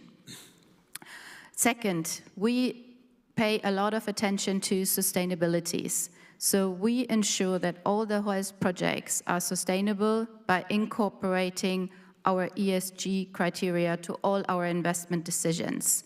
And this has an impact that we promote long-term health benefits and thus also increase resilience. Last but not least, a key characteristic is that all our, or common denominator of all our interventions in health is they need to be universal. So access to healthcare should be universal. Healthcare should be effective, safe, and affordable. And in particular, it also needs to serve underserved regions and not just the main capitals, for example. Innovation in this aspect plays a crucial role. Innovation can be seen in several aspects. One is that we have innovation in the terms of healthcare delivery, and here I would like to reiterate, in particular, in the context of low and middle income countries, that digitalization plays a major role here. It opens the door to telemedicine and different types of innovation. AI is also opening the doors to be in the innovation front from countries which do not have maybe a legacy in some of the classical sciences. We also support R&D for innovative products, and the example I would like to bring here is a biotech company in Rwanda that we supported for a novel liposomal medicine product for the treatment of tuberculosis. How do we achieve the digitalization that I was also referring to? Here, it's important to also invest in the digital infrastructure.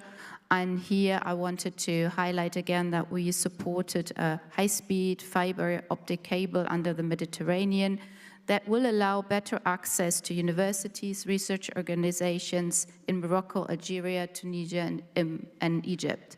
Key point here to realize is innovation is key. Innovation can take place in various types of elements, and the right infrastructure and ecosystem is necessary, and EIB is looking at all of those aspects.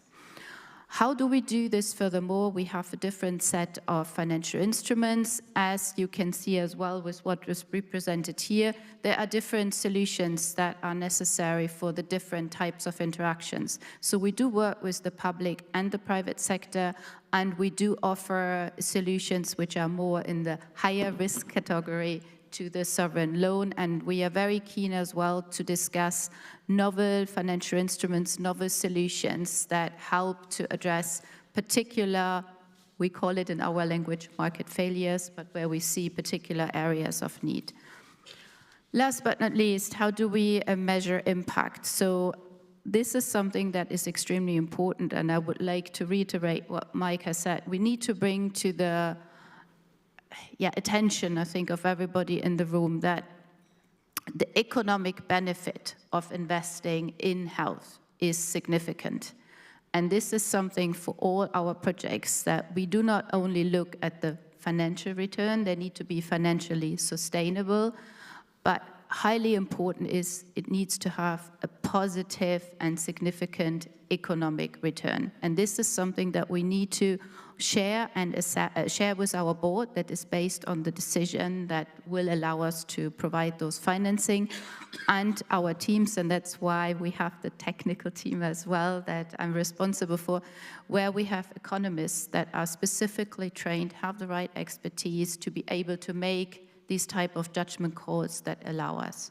Let me conclude here, just reiterating again, health is important. We are very grateful to all of you here, and we remain open for discussions and of any interesting projects that you may want to bring to our attention. Thank you. Thank you very much, Felicitas. Real good point. Before turning to the audience, so if you have any question, just keep it. I just want to give an opportunity to each of our panelists a minute to give your own perspective and to react to each other, just to be more optimistic about the future of global health. We all know that it is increasingly complex, but we need much more flexible partnership. And I would like to ask to each of you, what do you see as the biggest opportunity in global health? And how this biggest opportunity can be maximized in such an uncertainty context. I want to start with Mike for that one, and want to give to each of you 1 minute. And please feel free to react to each other comments. Yeah. Please, Mike. I'll be less than 1 minute. Despite the various withdrawals of funds and the stresses the system is under now, something remarkable has happened in the last 30 years. I've been at this for nearly 30 years. And I've done everything that you can do in infectious diseases or humanitarian response, from treating the Ebola cases to burying the bodies to doing whatever Ted and others have done the same. And historically, that was very much an outward-in solution. Experts come from outside, solutions come from outside, science comes from outside. That has entirely changed. If you go to Uganda today, you go to Tanzania today, it's African scientists, it's African clinicians, it's innovation in situ. Now, we still need those partnerships north-south, but the greatest hope I have right now is that it's not the dependencies. There's still economic dependencies, there's still financial dependencies, but what has changed is the capability between and within countries has democratized. There's been a massive scientific emancipation in the world, and we need to leverage that now. We need to invest in those scientists, those public health professionals, those technicians, those innovators in both public and private sector who are emerging all over the world, because it used to be so one-sided. It's not anymore. Now, we can use our financing to leverage and drive that forward, or we can put everyone back in their box and say innovation comes from the north, and you're the beneficiary, the recipient, and I'm the giver and the donor. We need to change that language, because in our world, in the world of science, there's been a massive emancipation and a massive democracy. Amadou, you're a living, walking, talking example of it. Maybe I am a little bit myself coming from Ireland, but I think we need to leverage that. Thank you, Mike. Ryan, please, if you want to react to that, please.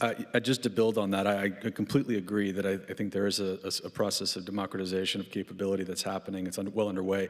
I think there's also a process of accelerating innovation across multiple fields, and there's going to be a convergence. There already is a convergence of innovation that's going to be synergistic in terms of what it can produce for patients and for population health in the future.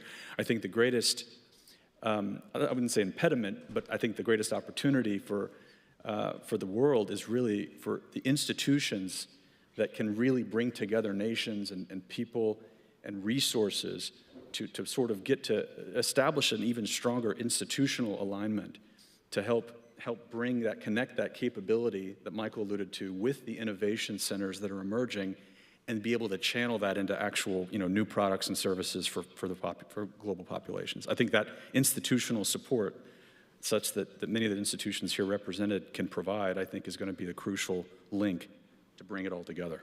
Yeah. Ted, any reaction to that?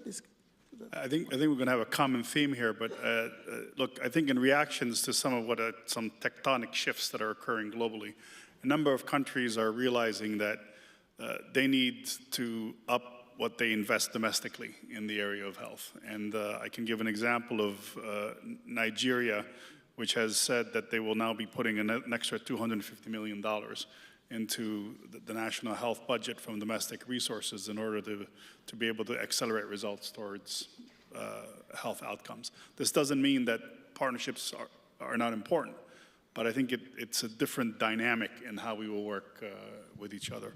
And the second point I would make is I think in a multipolar world, how can we take advantage of that multipolarity so that the kind of innovative financial arrangement that EIB and the EU put together to support the polio effort can actually crowd in more actors from different parts of the world. So let's take advantage of the fact that we're in a multipolar world now. Yeah. Felicitas, any reaction to these opportunities for the future? I think, first of all, I can say we fully agree from our perspective. What I want to highlight is partnerships are essential, but we need to build on each other's strengths. So we need to make sure that we are complementary to each other, not the example that was used to provide 84 individual instead of working together and decide with one solution that would work forward. And in addition to that, what I also want to say is it's essential to create ecosystems. So it really needs public and private sector to work together to achieve what we want to achieve. And I still see a big potential, but also still need to invest further into the upskilling of the necessary very bright, young, and motivated population in certain countries, but to give them the means and the access to exploit this potential fully. Thank you. Bjorn, do you want to react to any of these comments or have your own perspective on that?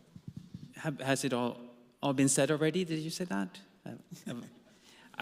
Michael, I think you laid it out so nicely. I think one of the and we are in a really difficult situation right now. We open the newspapers every day, or we wake up in the middle of the night and we look at the news and see what's the latest challenge.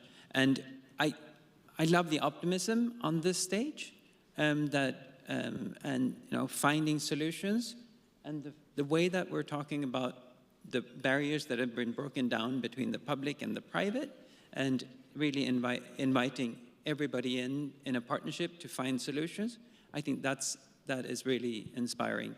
The other thought I wanted to leave you with is on could we bring back Hans Rosling and Gapminder to remind us of all the good progress that has happened over the last 50 years, 70 years?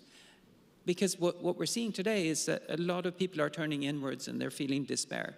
And they start focusing on the very, very super local, and you forget about the global. So let's remind us all of the good progress that we are making, and that we will do it again. And I think that the examples during COVID with mRNA and the innovations we saw there, those are wonderful examples of what is to come. Oh, clearly, and I like also all the different comments because it carries a sense of optimism. I mean, Winston Churchill used to define optimists like people that see really opportunities in any challenge, while the pessimists are the one that see challenge in any opportunity. So I just want us to be very optimistic, at least in that way.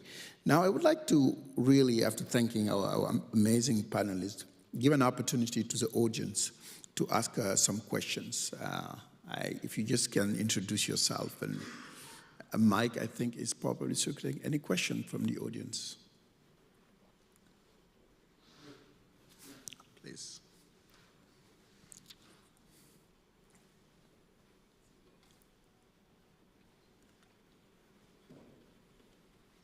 Hello, Massimo Cingolani from European Investment Bank. I work in the Global Directorate, and I listen very carefully to what Michael Ryan said about the challenges in the fragility countries for providing health. And so my question would be, in your opinion, what would be the priorities in this particular area, and how we could possibly try to further bridge the gap between what Felicitas rightly called the economic return of these projects and the financial return, which probably is going to be relatively low in this area. Thank you very much. Thank you. We may have time for one more question, one or two more questions from the audience. In the back there, please. Hello. That was very insightful. Thank you very much. My name is Tom Plummer. I'm one of the founders of a drone company, Wingcopter.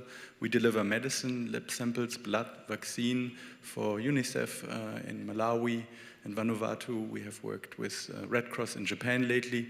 And luckily, the family office behind BioNTech is also our shareholder. So we are very grateful also we have received some funding from EIB.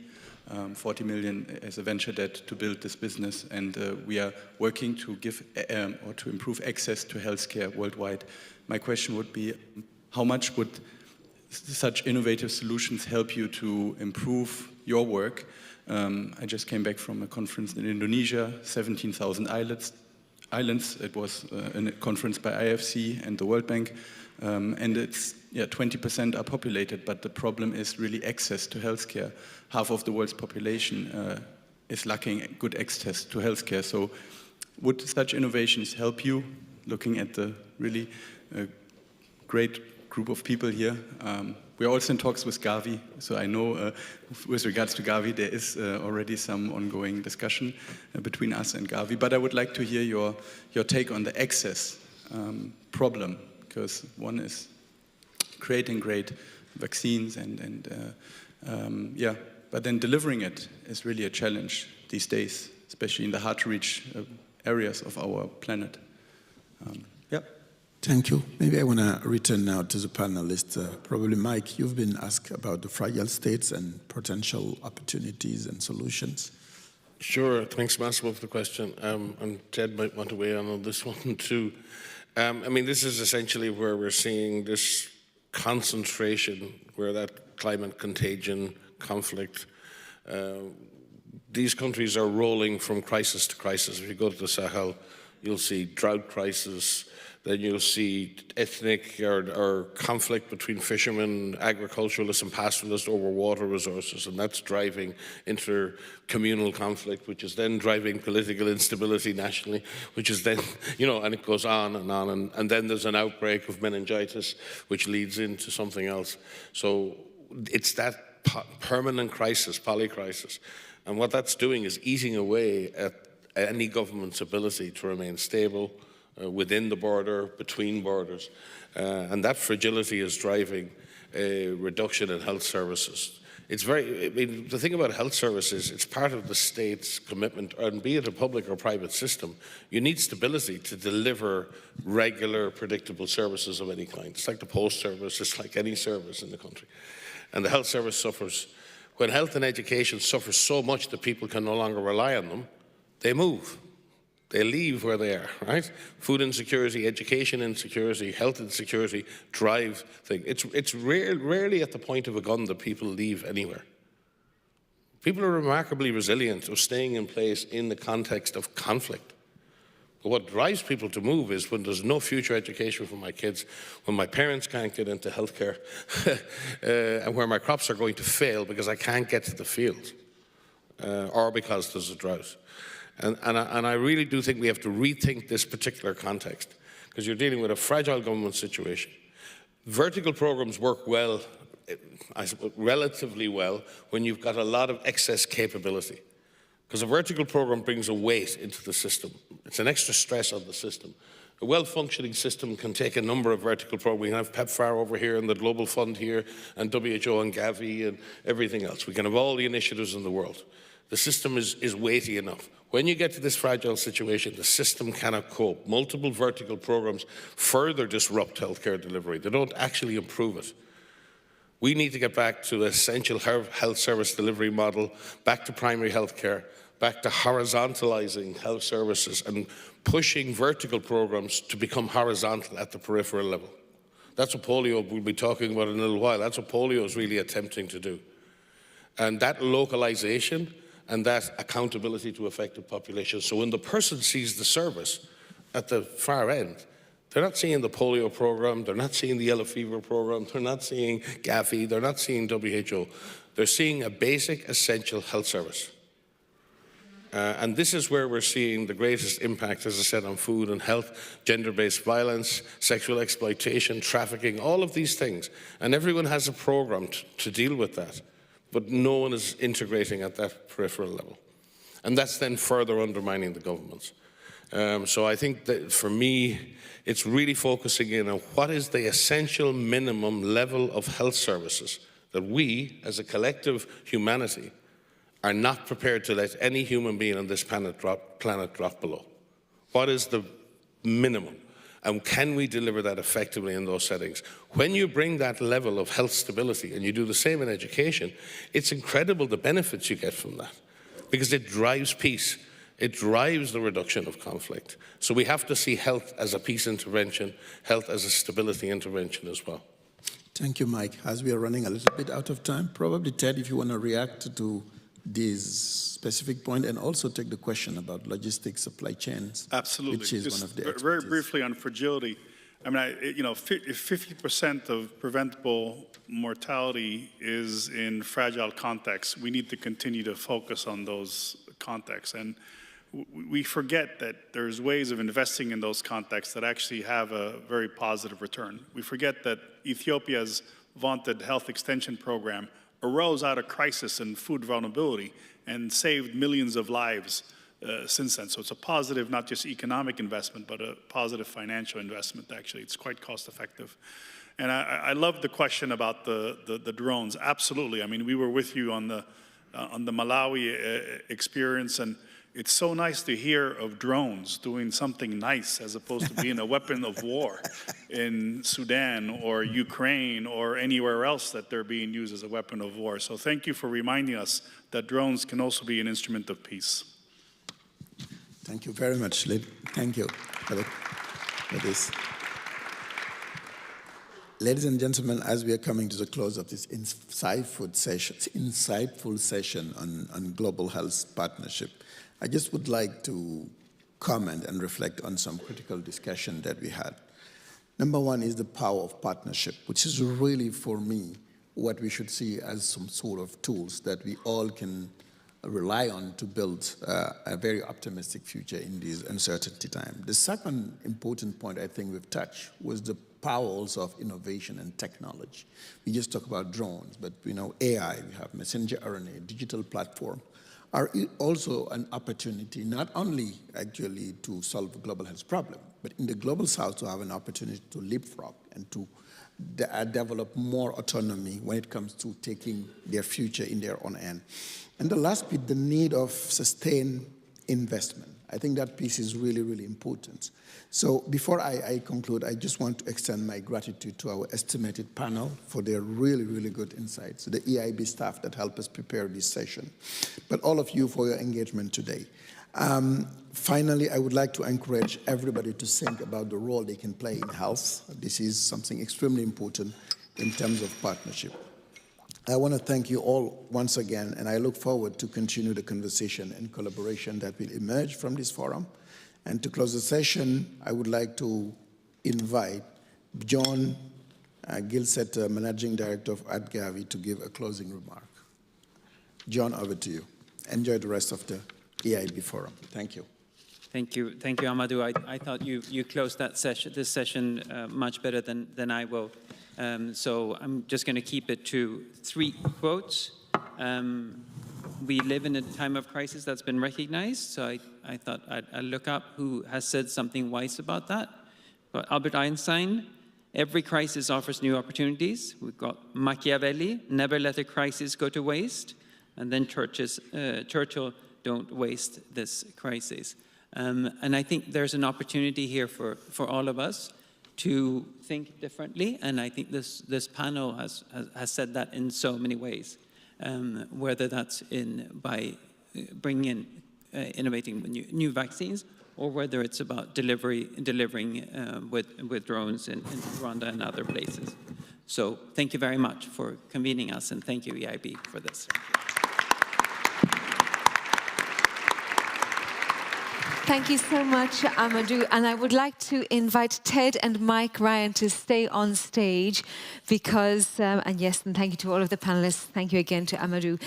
We are going to now talk a little bit about one of these international partnerships and the proof of it working. It's the Global Polio Eradication Programme. And to talk a little bit more about this, I would like to invite once more Thomas Östros. It is his morning. It's the Östros morning here today. Invite him back to the stage.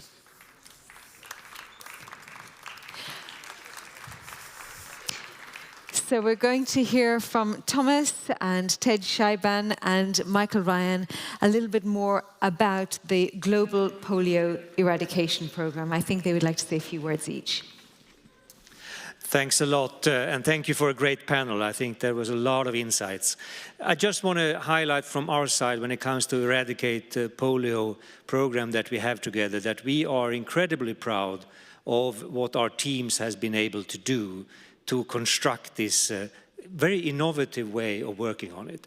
We pride ourselves to be a bank with long-term financing, patient capital, that often do big infrastructure projects and do it very well together with partners.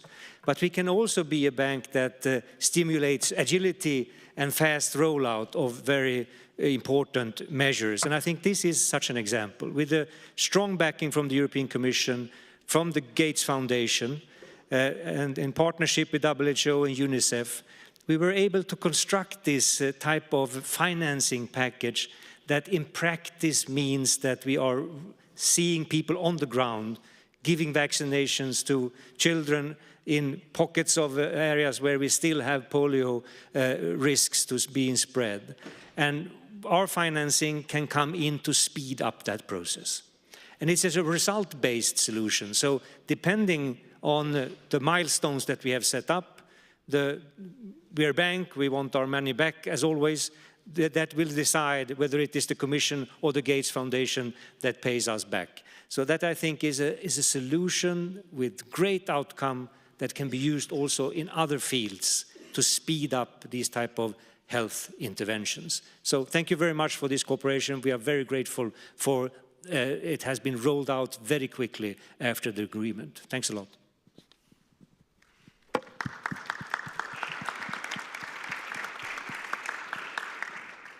Thank you very much, Thomas. And I want to say that at a time where the global polio eradication effort needed a shot in the arm, EIB and the EC came and gave that shot. And this innovative financing mechanism brings us together, EIB, EC, Gates, WHO, and UNICEF to support the vaccination of 370 million children annually and to continue to drive towards polio eradication.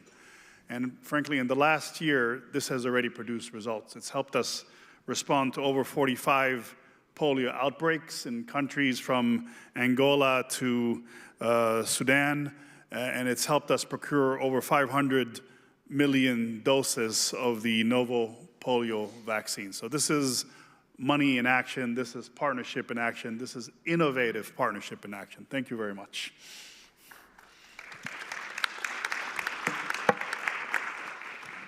Really, could I add my thanks and to the European Investment Bank, to Gates and others, and from Tedros ourselves, and all the people who work in polio around the world. And it's an incredible family. And Ted and I have worked at all levels of that, and you know, walked the slums of Karachi or the refugee camps in northwest Syria or wherever it is. And polio reaches that, when you talk about the last mile, polio reaches the last inch. And it's done that very successfully. But it is also trying to create that horizontal intervention as well. It's trying to leave a legacy for polio, a legacy of surveillance, a legacy of laboratory diagnostics, a legacy of vaccination intervention, a legacy of routine immunization, because at the end of the day, when we finish polio, and we will finish polio, there's more to do.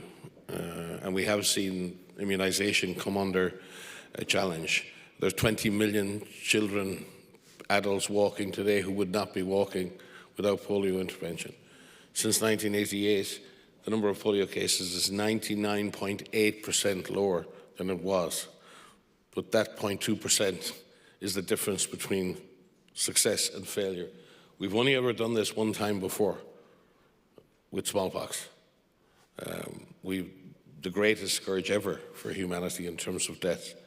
And that virus was eradicated successfully through a huge multinational effort. That was done at the height of the Cold War. That was done where countries like the United States and Russia and others continued to cooperate despite the tensions on the world. We were 2 minutes from midnight for nuclear destruction, and we eradicated smallpox. So I think polio offers that same beacon of hope for the next couple of years. We can do this despite the geopolitical turmoil that we face. So the shot in the arm that Ted spoke about, and I think that's a great term, right? You've given polio a shot. You've given polio a chance. And I think it won't just be written in lives saved. It won't just be written in paralysis avoided. It will be written as a glue that held nations together through a very, very difficult time. So for that, you have my deepest gratitude. I don't normally get personal about these things, but those of us who've worked on the front lines of polio eradication, we know what this means. Bringing this innovative financing is special, makes the difference. And when those vaccinators are out there using that vaccine, those of us who sit in the capitals can look and be proud that your part has been done. Thank you. And I'm going to ask them all to stay here. They do have a photo, but as has already been mentioned, this is also in cooperation with the Gates Foundation. And Anja Lagenbucher couldn't be here today, but we do have a video from her, so you might want to watch this. The Gates Foundation is honored to be part of this partnership with the European Investment Bank, the European Commission, the World Health Organization, and UNICEF. This partnership in the fight against polio is demonstrating that we can achieve, through innovative financing, that leverages the strength and advantages of each of these organizations. But perhaps most importantly, it demonstrates what we can achieve through collaboration and a shared commitment to eradicating this disease. Coming together like this is all the more important, given the many global challenges that we're currently facing. The EIB's leadership, financial expertise, and willingness to innovate in structuring this performance-based investment have been instrumental to this initiative. This investment will help ensure that critical funds are directed where they are needed at a speed that wouldn't be possible otherwise, and with accountability built in. With nearly 360 million already deployed to support WHO and UNICEF, our implementing partners in the Global Polio Eradication Initiative, our partnership is not just delivering resources, but demonstrating how we can work together to drive real impact. These funds have enabled the GPI to reach 370 million children with polio vaccines every year, deliver broad health interventions alongside polio vaccines to underserved communities, and continue to strengthen country health systems. At its core, this partnership is more than a financing mechanism. It is a model for the future. By aligning incentives, leveraging expertise, and ensuring that funding is directly linked to measurable progress, we are laying the groundwork for more effective and sustainable global health investments. And of course, none of this would be possible without the WHO and UNICEF, whose work on the front lines ensures that these resources translate into vaccinations, outbreak response, and ultimately lives saved. I'm really proud of what we accomplished already on this journey together toward the ultimate goal, which is a world free of polio. Thank you very much there to Anja Lagenbucher from the Gates Foundation. And now we're going to have a family photo. And I don't know whether or not they want to have the video picture of Anja behind for the photo or not, but that is an option. So perhaps we can have some photos with the title behind. And then perhaps the photographers may want a photo if the image of Anja can also be inserted behind. So perhaps we could also have the video photo of Anja behind. Is it possible to just replay that? There we go. Would you like a photo with Anja's picture behind?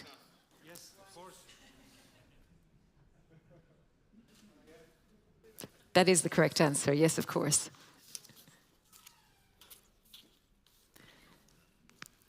Thank you very much. Thank you and congratulations.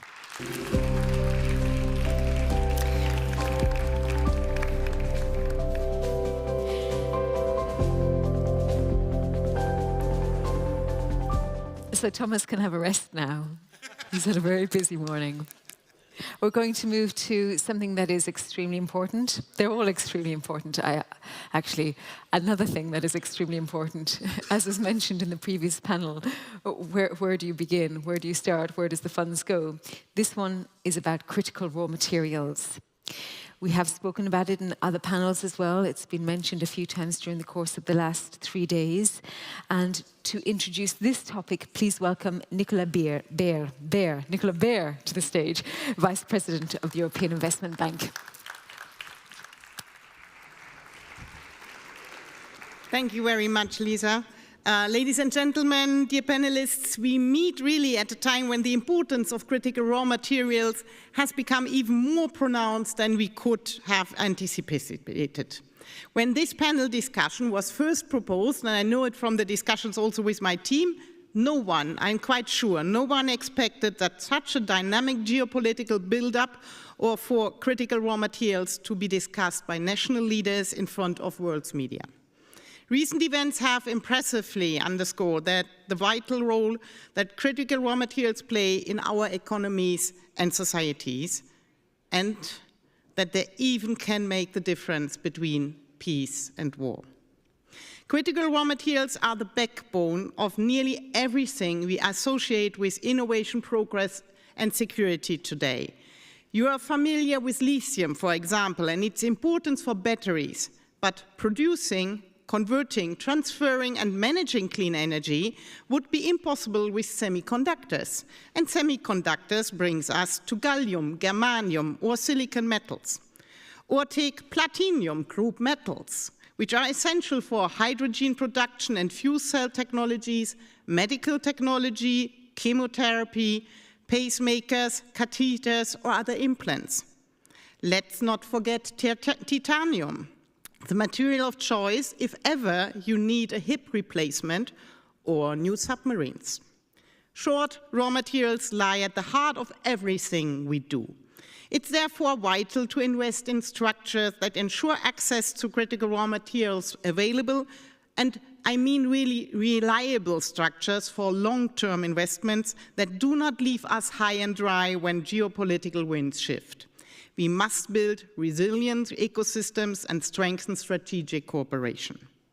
Up to now, to be honest, Europe has not been overly successful in addressing this issue. The bulk of our critical raw materials come from outside of the EU, with BRICS countries and especially China leading the pack. Global supply chains are increasingly vulnerable, and it is high time that we strengthen our strategic autonomy and ensure sustainable resource management.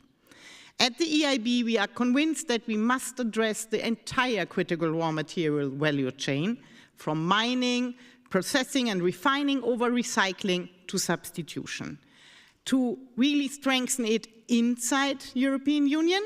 And here the Critical Raw Material Act gives a high ambition, and also outside the EU with strong partnerships of friends and allies.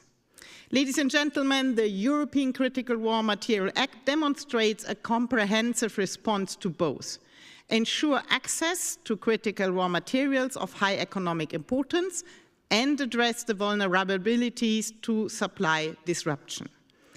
Building on the unique strengths of our single market, the Act will ensure that Europe can rely on strong, resilient, and sustainable value chains for critical raw materials. Over recent years, the EIB has a proactive approach to critical raw materials and has been working closely with European Commission and national partners to back long-term investment that delivers these goals. And this includes, ladies and gentlemen, a long-standing cooperation between European Union and Ukraine on critical raw materials. The Memorandum of Understanding, reflecting the shared commitment to enhancing cooperation in the field and deliver close integration of critical raw materials value chains with mutual benefits, was agreed in July 2021, so well before Russia's full-scale invasion of Ukraine. The MOU sets out the political framework and also structures cooperation to identify joint venture projects for EU and Ukrainian investment partners. The MOU acknowledges the key role of EIB in backing mining, extraction and processing investments in Ukraine, as well as our role supporting for remote sensing, essential for exploration and environmental management. Ladies and gentlemen, the EIB is already providing significant financial advisory support for critical raw material projects. Last year, we were providing 1 billion for long-term investments in the critical raw materials supply chain, including 40% in extraction, processing, and recycling. And here, it is also including mining projects like in Finland with Calibre.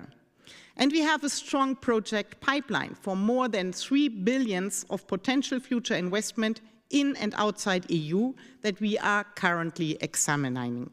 In the coming weeks, the EIB Board of Directors will be asked to endorse the EIB Group strategic initiative for strengthening EU's critical raw materials supply chain. This includes doubling annual financing for critical raw materials to more than 2 billion, starting already this year. This will be supported by a newly established critical raw material task force at EIB Group, bringing together financing and technical experts. We have also recently created a dedicated one-stop shop to proactively build and manage the pipeline of critical raw materials operation across the EIB Group that covers the full CRM value chain. In the coming months, we will be further strengthening engagement with external stakeholders. This will include financing partners like multilateral and national development banks, as well as the European Commission, the European External Action Service, and the European Parliament, but as well civil society and global initiatives such as the Mineral Security Partnership. This targeted and strategic support for critical raw materials will also streamline standards for projects across the European Union and in line with European Commission's Global Gateway Initiative around the world. As our esteemed panelists will discuss, securing access to critical raw materials is essential for advancing the twin transition and strengthening defense and security resilience. The EU's strong political commitment combined with the EIB's enhanced strategic focus, will further strengthen the EIB's group's role as a key provider of financing, technical expertise, and advisory support for critical raw material projects within and beyond the European Union.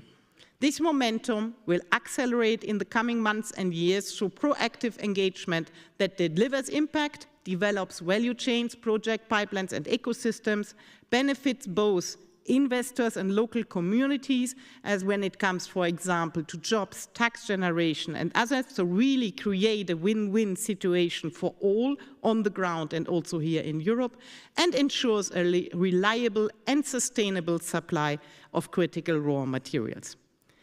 And here it's up to us to call on you, along with lenders, investors, and industry partners, to work with us in achieving these shared goals. And I'm sure that the discussion here with our esteemed panelists will show that it's possible. Thank you.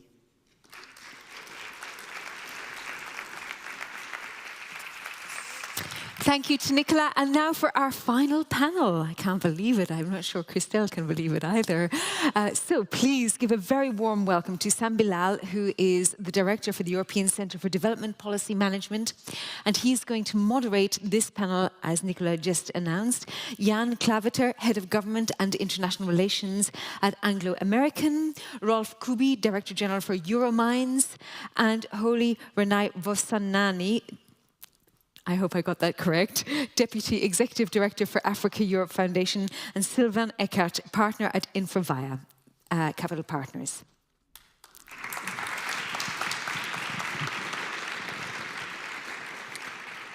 Well, thank you very much for the introduction, and I think the Vice President Nicola Baer set very nicely the scene for us. Thank you very much on both the importance for Europe, but also for partners of Europe. And so it is an interesting, I think critical raw materials is one of these nice topics where it combines both what is happening within the EU at the domestic level and the international dimension, and combining both also what is critical for Europe, the competitiveness and the economic dimension, and the geopolitical dimension that, Nicola, you nicely highlighted, and that even in the scary aspects that it has sometimes. So it is really my pleasure to be moderating this session, and we are going to try to see what does it mean in practice. And let me turn straight away to Rolf Kubi, who is Director General at Euromines. You are at the forefront, in fact, of the implementation and these dimensions of critical raw materials from a European perspective. How do you see the strategic approach that has been taken by Europe translated into practice, and does it lead to new impulse and new initiatives? And what are the prospects that you have in mind for the way forward for Europe? Yes, thank you. First, I want to congratulate the European Union to have issued the Critical Raw Materials Act, and also Nicola Baer, who has been leading the discussions as a rapporteur in the European Parliament. So it's been a tremendous success, not only time-wise, how fast this legislation has been put in place, but also how balanced it is. I think it's a real balance between the environmental ambitions that we have and also the needs for raw materials as a whole, although the focus is on critical and strategic, but we all are aware that all of what is around us is built on the basis of supply of raw materials. Now, the Critical Raw Materials Act has many parts. I will highlight one part, which is the permitting, which is at the core of my KPIs as representing the mining industry in the EU and EFTA. That means we want to deliver fast. And I don't need to explain, because everybody is aware that geopolitical circumstances, but also the need to fasten our process of decarbonization is in need of commodities to build up all of the products and equipments that we need. So I'm very happy that this is going, and we expect at the latest by the 20th of March to have a list of strategic projects inside the EU, but also in third countries. So it's not a single process about what we want to do in Europe. We want to achieve this together with partners and friends throughout the world. I think this is a clear commitment to our joint ambition.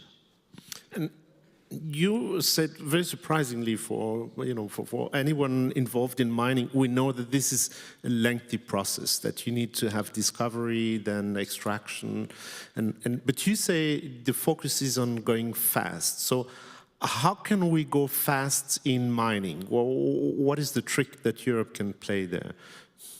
There are clear KPIs, 10% consumption from national or European sources in mining.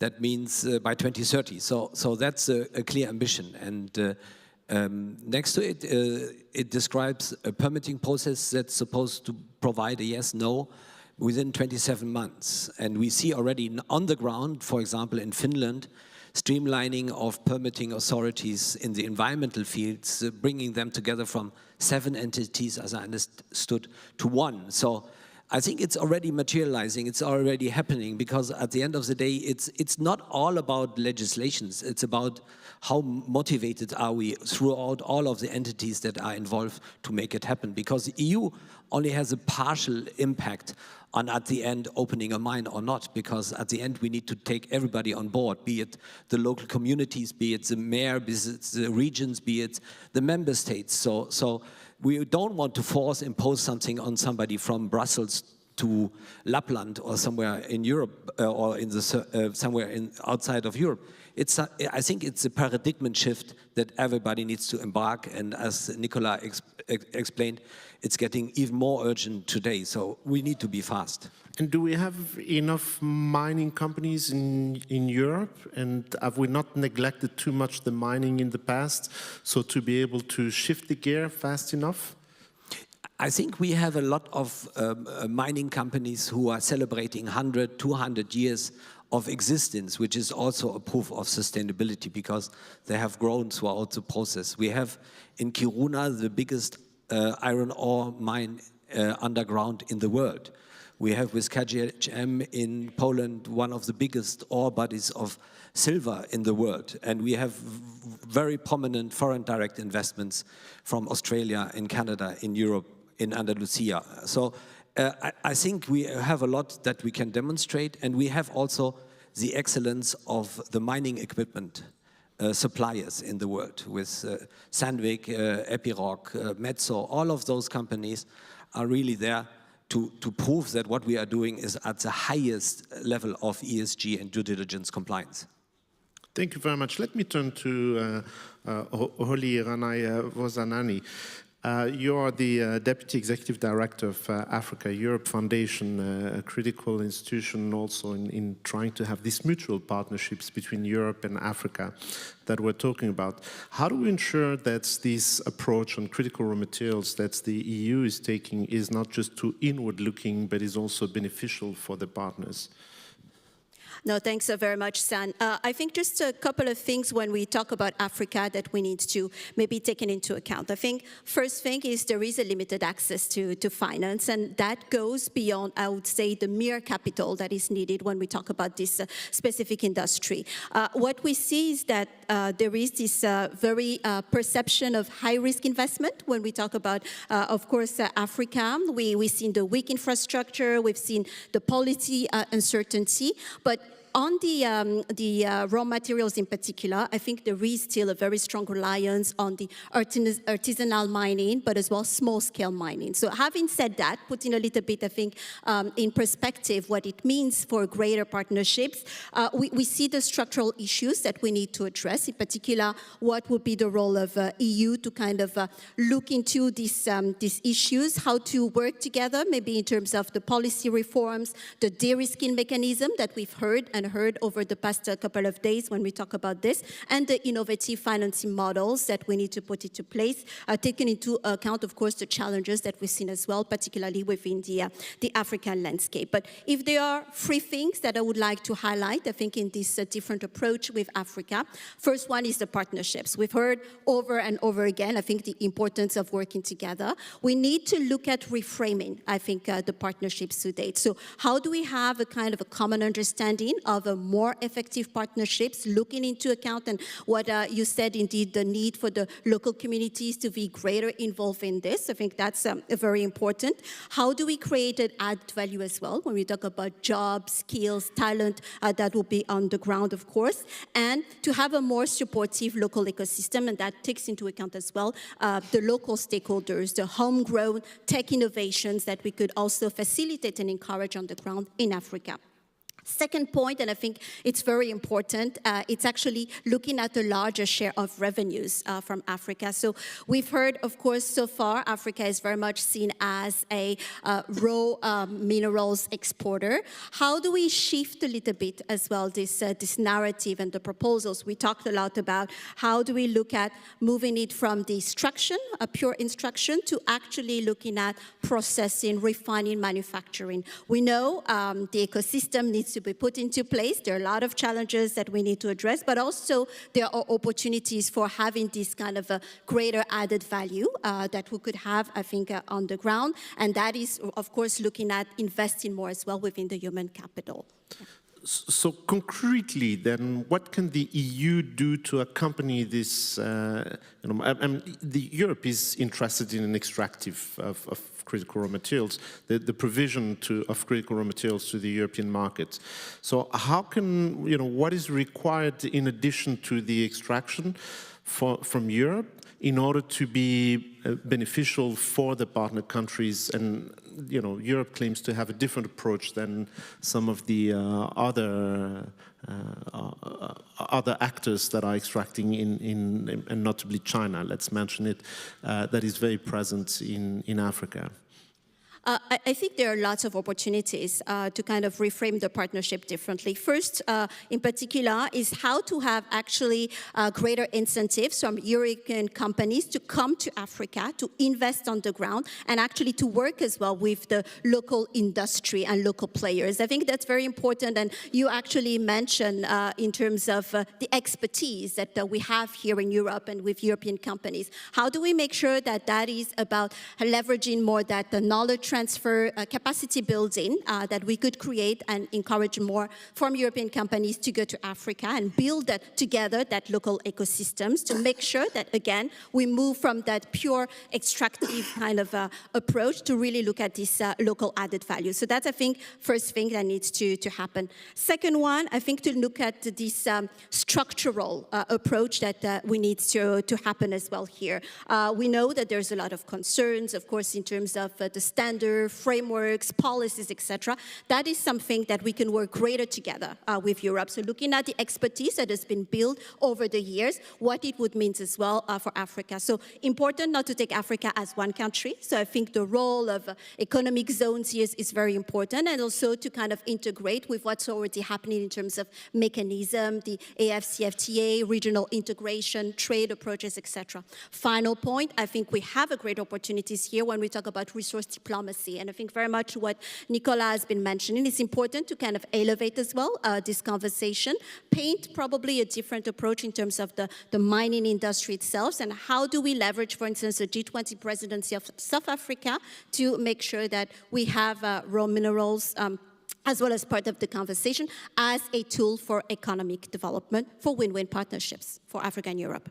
Yes, and in a few days in South Africa, there is a big summit also taking place with the EU on clean trade investment partnership. I think that is also related to exactly to this question. Let me turn to Ian Claviter. You're the head of government and international relations at Anglo American. All this must sound extremely familiar, if not perhaps even old-fashioned to you. I mean, how to do extractive in a proper way. And what do you see is new, and what is the new impetus that is provided by the critical raw material initiatives in Europe? And how do you think it could best combine with this critical raw material diplomacy that Holly was talking about? What does it mean for you in practice? Thanks, San, and thank you very much for inviting us and giving a company perspective here, which is something that is really, really key, because we've heard a lot about intergovernmental initiatives. Diplomacy typically is between governments or the public sector in particular, although I was very happy to hear from Nicola's comments that it's also about bringing the finance community in, it's bringing civil society in. We also need the private sector in, because these partnerships that are agreed at a intergovernmental level or government-to-government level, that sets a framework, a skeleton, but the meat needs to be put on from the private sector, because the private sector are actually the ones who will do the projects, right? So that's just a quick one. Maybe Anglo American, we're a diversified mining company with a footprint mainly in sub-Saharan Africa, Latin America, but looking to widen that footprint and diversify our footprint into Europe. And we have not only been doing this since the Critical Raw Materials Act. For example, in Finland, we've been exploring since 2004. We are doing exploration in a number of other European countries. But what the Critical Raw Materials Act has done, and that's to your question, it finally makes us part of a wider conversation, because previously nobody was talking about mining, because it basically the products were, the processes were outsourced, and the products were easily imported cheaply. It's sort of like the analogy is power coming from the socket, but you don't care, you don't really think about where it's produced and how it gets to you. So the really important piece for us is that this is the start of a conversation that we are now part of. And funnily, this being here in Luxembourg, from an EU perspective, if you think about it, this is recognition of kind of the foundations of the European Union, right? The European Coal and Steel Community had its seat of its high authority. I walked past it last night when I was out for a walk. We're coming back to something that we have lost sight of, and it's not only mining, it's heavy, or the real industry in general. We have relied on the outside world for providing a lot of that for way too long. And we got a wake-up call through a combination of a pandemic and geopolitical tensions, but effectively, it's homemade to an extent, and we're now addressing that. And we as an industry are certainly very pleased about that realization. Okay, but these are nice words, but I mean, in a sense, you were doing your business quite well and not necessarily in the limelight. Now you'll be more in the limelight. What do you expect from Europe, the fact that it has now a higher political attention? What concretely, how does that translate concretely into your business opportunities, and what do you see as different? Or could you be caught simply in geopolitical tensions and might even make your life more complicated? So how to ensure that the fact it is more important for Europe, it translates also into new opportunities for you of doing things perhaps differently, better, in different ways? Yeah, no, absolutely. Look, as I said, the CRMA is very welcome, but it's not going to change things within the snap of a finger, right? And that's also simply a fact of the industry taking a long time. I'll give you the example of Finland, where I said we've been doing exploration since 2004. We only just now concluded the exploration phase. That's 20 years, right? And we have now submitted our project up in Sakatti into the strategic project process that is part of the Critical Raw Materials Act, or one tool, so to speak.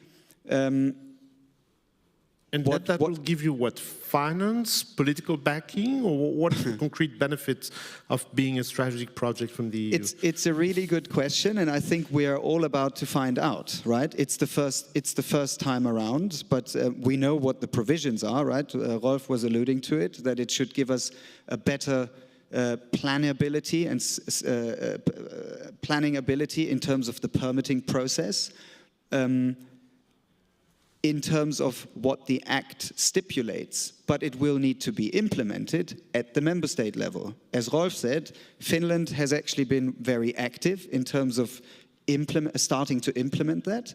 But Finland is only one country in the EU, and what we certainly see is that there is a shortage of expertise and experience, because we haven't been undertaking many of these activities in many of the jurisdictions that we're looking at now.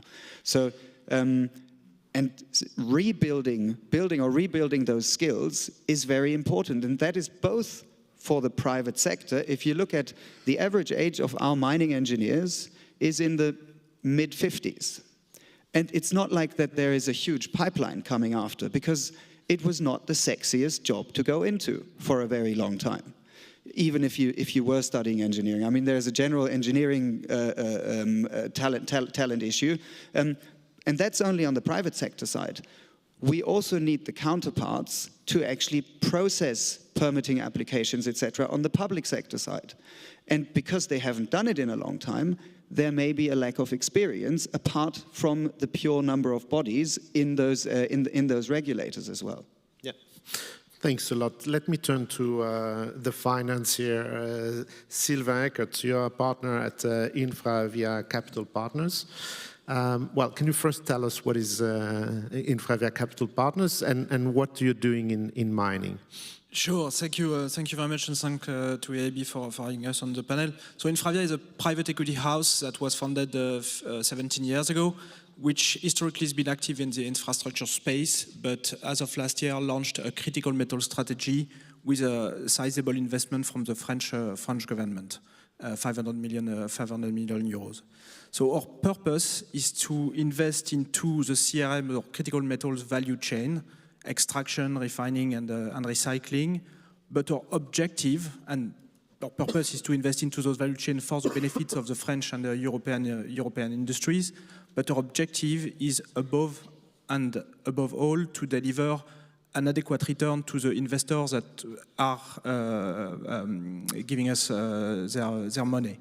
And the reason why it's important and why we need to do so is that by doing so, we are mobilizing private capital to the sector. We're demonstrating that it is a sector worth investing in, and that will mobilize further and be transformational in terms of capital flowing into that sector. So we have strings attached. Obviously, an investment from the French government requires us to look at things with a certain perspective. I would point out, though, that in terms of governments, we are fully private, so we are not a government-backed fund. We are a fully private fund with an investment from the French government, and we are welcoming also other potential governments to invest into our fund to make it a more European fund, if that makes sense.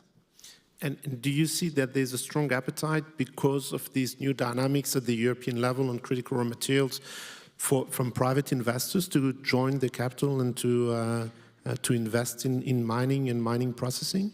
So that's a very good question. As pointed out by my fellow panelists, the sector has not been one that has been favored by the investor historically, especially not the European investors. When we started to go and scout for investors in our fund, to new LPs, we soon discovered that some of them had ban on the extraction industries overall. So with time and effort, we did manage to lift those bans for those exclusions for some of them. But it requires quite a bit of effort to educate the private sector to invest into this mining and metals industry. I see. Well, if you want to yes, I want to seize the opportunity and congratulate Sylvain and France to be one of the first member states to initiate this kind of fund, which is, as I understand, $500 million from state equity and more than $500 million on private equities. And the same is happening in Germany, and the same is happening in Italy. So I want to congratulate that those are front runners in setting up financing in tandem with the EIB. But I also want to highlight and use the opportunity to be here the first time at this excellent forum to highlight that we have more issues than the CAPEX. We have lots of issues about the OPEX, and we have issues about the power purchasing agreement that needs to be de-risked to secure, because we don't need to open a mine if we cannot secure the OPEX.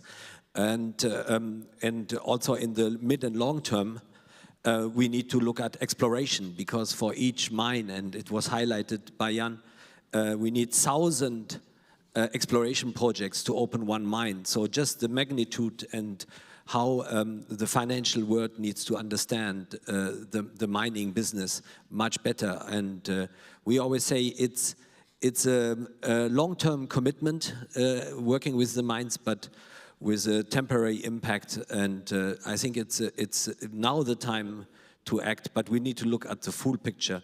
And also from the financial world, it's very important to get all of those projects started in the pipeline. So, Sylvain, perhaps, just if you allow me, just to add to before you respond, is it the lack of appetite or expertise from the private financial sectors? Is that the reason why you needed to start it up to have some French investments? And are you financing the whole value chain and including the infrastructure related or purely the extractive? So we're looking at the whole value chain, but focused on the metals producers. That means extraction, refining, and processing. Standalone infrastructure is outside of the scope of our fund. It may be in the scope of our sister fund. But do you have a connection between the two? Since in practice we know they are connected, is that possible to? We're the same company, but they're separate funds, right? Yeah. So separate governance, etc., etc. But to answer to Rolf's questions, not to Rolf's comment, I fully agree with him, and I don't want to downplay the challenges that we're facing in terms of developing resilient value chains for the benefit of Europe or resilient value chain in Europe. There's issues of coordinations, there's issues of how do you make sure that the midstream get feedstock from the upstream, how do you make sure that the upstreams get offtake from the midstream, etc., etc. On the bright side, I want to also to point out our strategy when it comes to analyzing those projects. So first and foremost, critical metals occurrences are not very rare. There's plenty of projects all over the planet. We got no issue sourcing ideas or project opportunities at the moment. A number of people are coming to us with their project. Our challenge is to be able to filter, to rank, to determine which are the good ones, which are the ones that will be company builders, which are the ones that will deliver low cost, long life, and resilient material for the midstream industry. So that's the first point. The second one is that we are not trying to, or we are not looking with a great interest at projects that are just trying to copy and paste what is done elsewhere. I mean, if you want to replicate a flow sheet that's been done elsewhere in an industrial park somewhere where sulfuric acid is pretty cheap, where power is readily available, you have a competitive disadvantage. However, there are a number of areas in Europe where innovation helps to make those projects more resilient and more competitive. And I'll point to a couple of concrete examples. I'll take the liberty of citing Calibre since Nicolas Baer referred to it, but many people will refer to that as the first conversion facility in Europe. Yes, that's fine, but it's a new process that's been developed by Metso, and that's not very well known, but they are actually doing pretty interesting innovation up there. The second thing, still in Finland, you got bioleaching pioneers that are operating a mine up there. And if you go to southern Spain, there are at least a couple of operations there that are on the verge of transforming and cracking the code of sulfide leaching. So these are the projects that are interesting and that we should be focusing on, not trying to go head-to-head with operations that are competitive elsewhere because they are intrinsically competitive, but try to build on our strengths. But again, not downplaying the challenge that we're facing in terms of energy cost, labor availability or skills availability, etc., etc. But there are some more positive messages also to voice. Yeah. Thanks, Jan. You wanted to intervene? You forgot. I think Rolf actually, the very important point that Rolf made at the end is that of the understanding of the industry. And a lot of focus is being put on financing projects at a stage where they are investable, right, or considered investable. But you need that massive pipeline in order to get to a very small number of investable projects. And that's where policy support is actually required, and public funding can help to bridge or close that gap that we currently have. If you look at global exploration budgets and activity, that has decreased over the last few years, not only in the EU, but overall, because it was not a darling of the investment community for a very long time. And linked to that understanding, I think that is really important, is also the perception of people of what mining actually looks like. We're currently building a project in Yorkshire, in the UK, that is, it's an organic fertilizer mine that sits under a national park, which is sort of the equivalent of a Natura protected area. It's fully permitted. You have no subsurface footprint. We will mine the product at I think about 1,000 meters below surface, and it will be transported via a 37-kilometer long tunnel to the port, right? In order to actually work within what is required environmentally and socially responsible. That costs a lot of money, right? It's the biggest private sector infrastructure investment in the UK that nobody knows about at the moment. But it's those things where there is a perception which leads to a resistance or not a preference to actually invest in the sector. The other problem is, of course, the incentives for investors and the times don't exactly align with mining times, right? They look at 6 months or 3 months returns. We're talking about decades during which this happens, and we're talking about significant amounts of money, right? Like if you bring on stream now, if you build sort of an average tier 1 copper mine that produces about 300,000 tons of copper, that will cost you probably between 6 and 8 billion, right? And that is in money invested before you get not any profit, but any revenue, right? So it's actually a very long term, and it will probably take you 20 to 30 years until you get there from exploration. So that's why you would need the EIB to have a long-term investor and able to invest massively, or you need you need private capital, and that can be. I mean, it's not only going to be one investor. You invest in a consortium, right? Like, but you will need patient capital. Yeah. Rolf and then Holly. Yes, maybe one thing to add. So you need a business case and the understanding of the business case. I think Jan highlighted that, but only to emphasize again this question about exploration. So we need to get together with the investment world, and it's more than the EIB, I would say, but EIB could be a good facilitator for this dialogue, is how can we de-risk exploration? Because exploration is the start also of all of the mining. It's this where you go out, you meet the local communities, you go out. So we all have this ambition to do mining in a transparent, fair, and environmental sustainable way. So we need to look at the whole value chain and work on that. And that's maybe one of the takeaways I would say that we need to agree on here today, is that we need to look at that beyond the fact that all of what we talk about, the CapEx investments, be it in Calibre or somewhere else.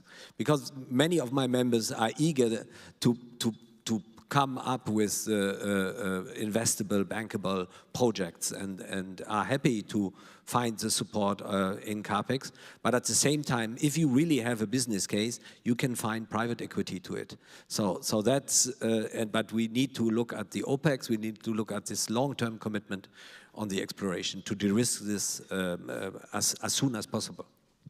Yeah, no, just maybe coming back to what Sylvain, you mentioned, and looking at these bankable projects, and particularly from Africa, I think, as I mentioned, it's small scale and it's mostly artisanal. So what we could see, probably through a global gateway or any other EU instruments that we can think about, is a mechanism to kind of support, I think, this on-to-be bankable projects. So I think we need to put them to scale. So we need to accompany this kind of local infrastructure, local, let's say, companies or local industry players to make sure that they have the right ecosystem, frameworks, but as well, let's say, support system in place to accelerate and making sure they can go into to scale. So I think that's something even maybe for, fund like yours to kind of looking into and to accelerate this. I think that would make sense. And then the second one, just want to come back to what you mentioned, Jan, before in terms of this lack of talent shortage, etc. And I think this is exactly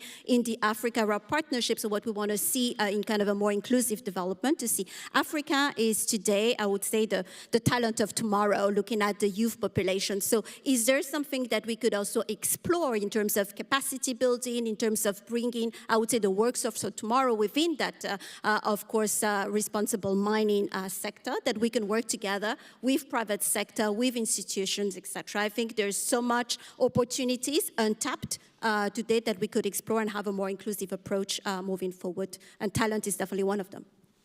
I think it's a very good point, and it is actually something that we have been doing for a very long time in the countries where we operate, so in Africa and Latin America.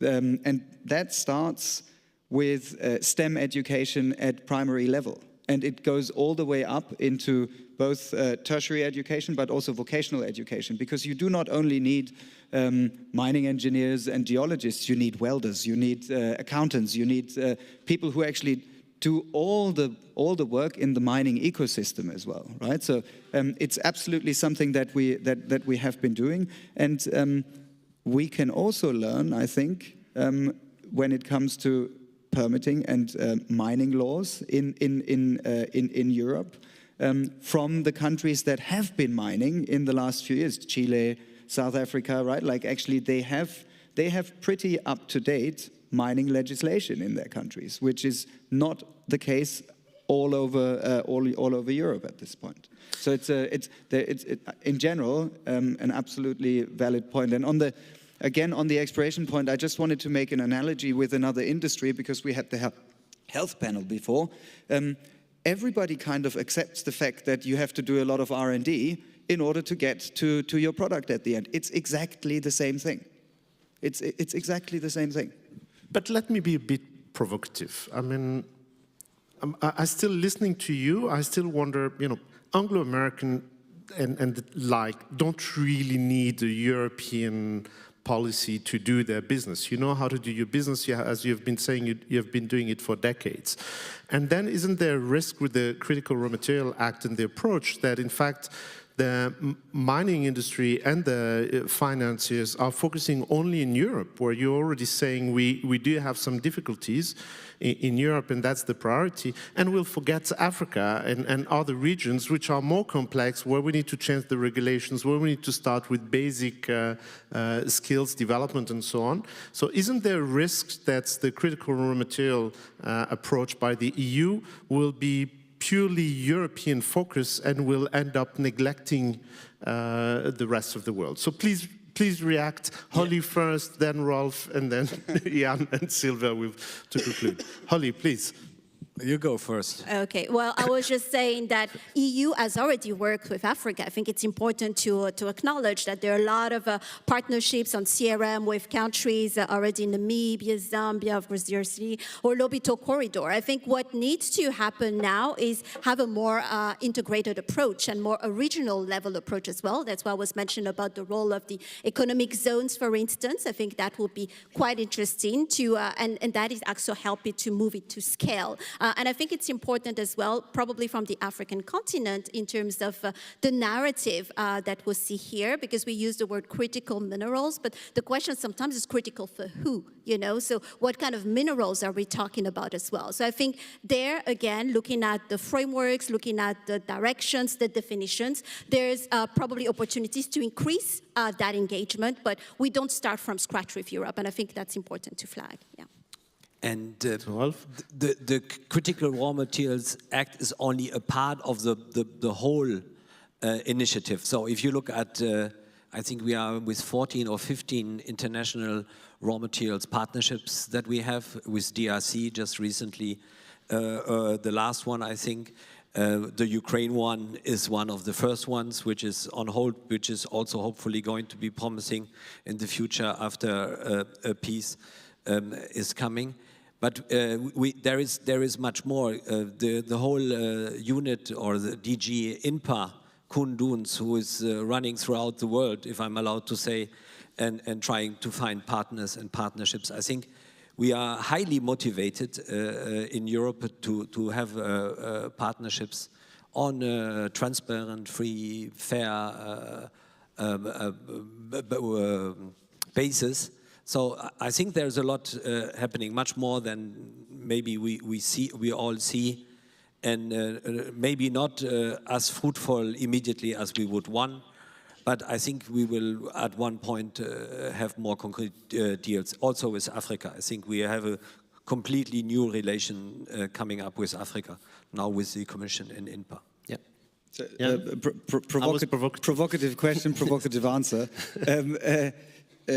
It would be a nice problem to have if that was the case, what you were saying here, and almost, right? Because it would mean that we would immediately hit the ground and really get going. But even if that was the case, 10% of extractives, 25% of processing and 40% of recycling, or is it the other way around? 40% processing and 25% of recycling. Flip that around, it means 90, 75 and 60, right? So the rest of the world will still be playing a very, very important role. And that's why we're talking about resource diplomacy and all that. To make that happen, though, these diplomacy efforts are really important, but also policy coherence is very important, right? We have the Critical Raw Materials Act targets, and as I said, a 10% target for within the EU means a 90% target for outside the EU. You also have to secure that. And that means you need to link your economic security policy with your development policy, and make sure that they are aligned. Also, you need to internally look at policy coherency in terms of you have a list of critical raw materials, but then some of them are actually hazardous, declared hazardous through other policies within the EU. So it's the final third point. The focus, and I think that's really important, Holly, what you said. It's not only about those critical materials, critical raw materials. They can change over time with technology changing. So everybody likes those materials now, and we need to be very careful not to be too focused specifically on the materials, but the underlying industrial process and the opportunities that it actually gives us in terms of development. Because if you look at a larger company like ours, a major diversified mining company, we may actually have some of these critical raw materials in our product mix as byproducts, but we don't specifically mine for them or process for them because the market for some of them is actually tiny, right? There are these salt and pepper materials that are very important and critical and strategic, but we have not traditionally mined for them because we mine for and process for, I don't know, copper or nickel or some others, but not the, I don't know, the galliums, germaniums, etc. Thanks. Quickly, Rolf, before I turn to Sylvain. Yes, just quickly saying that the trend is also because we need to decarbonize our society, our process, our industry. So that means that processing needs to come closer to the mines. This is a big opportunity for Africa to go and to access more of the value chain and the productivity in the whole process. So I think the asset that Africa has as a resource-rich country is that we need to decarbonize most of the processes. Thanks. Sylvain, just let me ask you a couple of additional questions. I mean, because you're working both within the EU and internationally, so do you see a difference in the type of investors that are coming to you and perhaps also on their risk appetite or risk aversion? And the second question I have for you is, since you said you had initially also investment from the French government, would you be interested in having the EIB also coming and perhaps making your fund truly European? Yeah, I mean, obviously, the bigger the fund, the better, and the more its ability to move the needle. Obviously, when you come to your first question about the investor sentiment in Europe and abroad, certainly there are some investors, notably in the US, who are more used to invest into the mining sector historically. The main difference that we see, and I should have mentioned that earlier, but we're a 25 years fund, so we're long-term patient capital, and that's where we can make a difference compared to other type of private equity strategies. The main difference in perception from the investors that we're talking to in Europe and internationally is the perception of that timing. I mean, it's difficult to get US investors or North American investors globally to buy into that this is a sector that needs long-term and patient capital. If I may, I will just disagree a little bit with Rolf about the midstream processing. I agree with what he said about the industry needs to be decarbonized, and that in some instances it does make a lot of sense to install the midstream near the mine, because obviously the countries in which the material is extracted are also willing to bring more value add to the country. But from a pure engineer's response, my answer will be that you actually need to build the refining and or the processing and the refining where it makes more sense from an energy perspective, or where it makes more sense from a co-location with other utilities. So typically you would build a smelter somewhere in Iceland where you get cheap hydropower rather than that is the coherence Jan was talking about. I just wanted to... No, just there's a lot of sun for solar panels and energy in renewables in Africa too. So there's a lot to talk. I think there are opportunities left and right, and you are sure. Also, my membership is strongly represented in the Arctic, and so it's very, very, very much an opportunity. I know it's the end of the morning and the end of the session. I just want to turn to the audience and trying to see. I see hands raising here. It's a bit difficult with the light just in front, but I see just there. We can take 2 or 3 questions. There's one here. You have a question as well?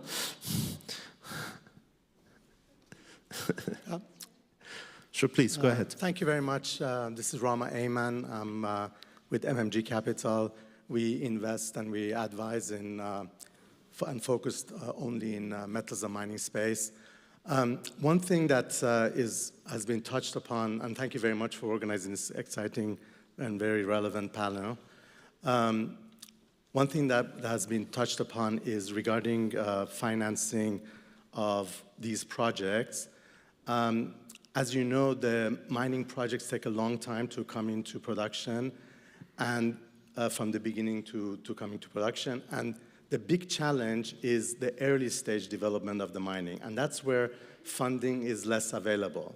When the project is basically producing, raising financing is very easy. All the banks do it. And when it has a feasibility study, a lot of banks, including EBRD, would probably fund it as long as it's viable and meets all their criteria. The challenge is the earlier stage projects. And mining sector is kind of unique in that it's dominated by junior mining companies. A lot of them are cash poor. And I was wondering whether, especially with the multilaterals like EIB and EBRD, who are funding maybe very advanced projects that already have feasibility study, all the permitting, they already have all the offtake agreements. Well, everybody finances those. Are there pockets of funding that can be made available for these earlier stage projects? You mentioned Calibre. We were advisors to Calibre. It took them many, many years, like over 12 years to get funding. They could have come into production way earlier. And funding is actually one of the main obstacles towards projects coming into production, especially in this critical raw materials area where you need funding as well as offtake agreements and so on. Thank you very much. There was a question in the back and then here. Yes. This works? Okay. Hello, my name is Frank van Afschot. I'm the director of Counterbalance. We're a European CSO network. We work a lot on EIB. And I wanted to refer to something that was said in the introduction, that critical raw materials can make the difference between war and peace. And I was really wondering whether, like, the EIB signed a MOU also with CRMs with Rwanda some time ago. And we all know about the conflict that is ongoing there. And the European Parliament actually voted a resolution a few weeks ago calling not only on the Commission for its MOU, but also on the EIB to look again at this partnership. We haven't seen any communication about this, and we know from the UN that a lot of these critical raw materials they come from Congo, where the rebel groups they illegally extract them and then sell them in Rwanda, which then exports them. And we also know from the MOU that the Commission made that Rwanda itself is responsible for the traceability of these minerals, so that's not very reassuring in the current context. So we are really wondering whether the EIB is going to take any steps to contribute to peace in its critical raw materials, especially with relation to Rwanda. Master of Ceremony has a question. I can use the mic on my face. Well, I don't mean to ask a question because I know perhaps it's not my place, but I cover a lot of space events, including Space Resources Week here in Luxembourg, and Luxembourg has a vested interest in this. And I'm just wondering, when we have so many conflicts in the world, why space mining has not been mentioned in this panel.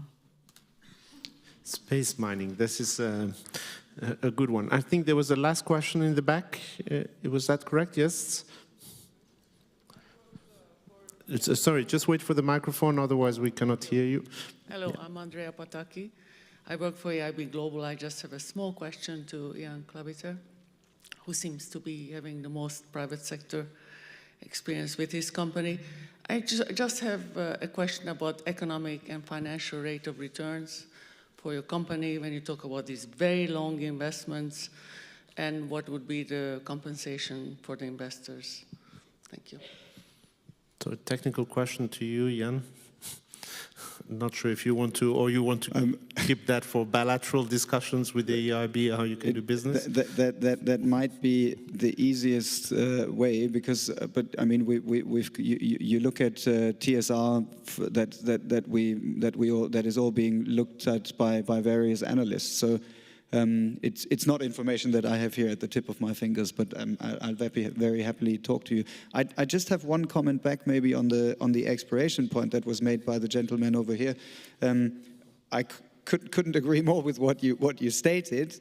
I can't speak for the EIB or anybody, obviously, but what I can say is that there are models out there, right? Like you have JOGMEC, for example, sitting under the Japanese METI.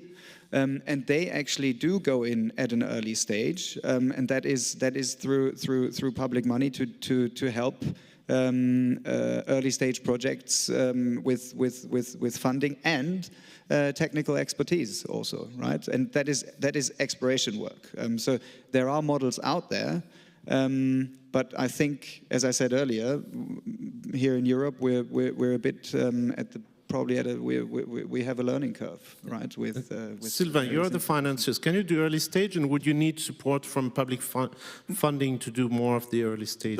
I mean, we can't do very early stage. So typically, we would need a PFS or a BFS to start looking into a project.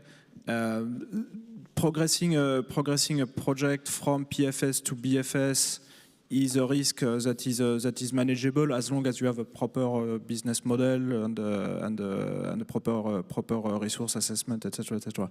But what I would point out is that historically the sector has been financing that early stage with the capital markets, especially in Canada and Australia. That has become less efficient in the recent past, obviously. So that's something that needs to be tackled at a broader level. But I agree, there's a financing gap here. And can I just make one? Because really, Rolf, can I just say one thing?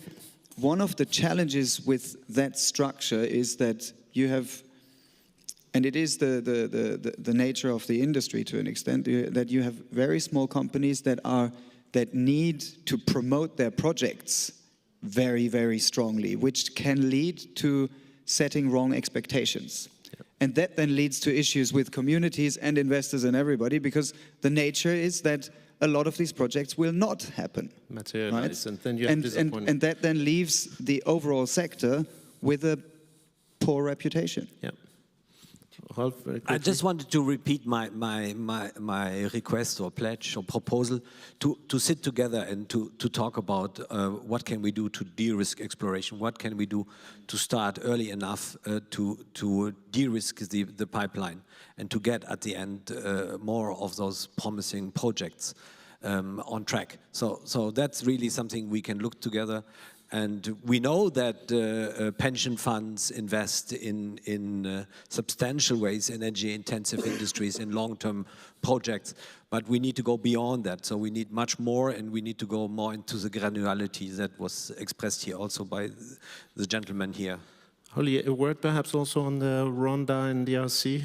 Yeah, I'll just comment quickly, I think, on this conversation around the financing. So, we just came back from the Financing Commons Summit, last week in Cape Town. And there was that very conversation, indeed, in terms of the responsible mining. And I think there is a greater understanding within the room, within PDBs, IFIs, MDBs, etc., that, yes, we need to kind of work together into making sure that we provide that access, or facilitate at least this access, indeed, for the more responsible and long-term financing here. And the point is probably to kind of a greater coordination as well with the strategy that we already have in Africa, which is the African Green Minerals Strategy. And how do we ensure that the financing, the funding, and particularly at the early stage, is also included within that approach. And I think all in all, just to maybe cover some of the points mentioned before, on this responsible mining industry, I think it's important to have that dialogue. Dialogue open, indeed, of course, acknowledging what you mentioned, the ongoing conflicts, etc. But really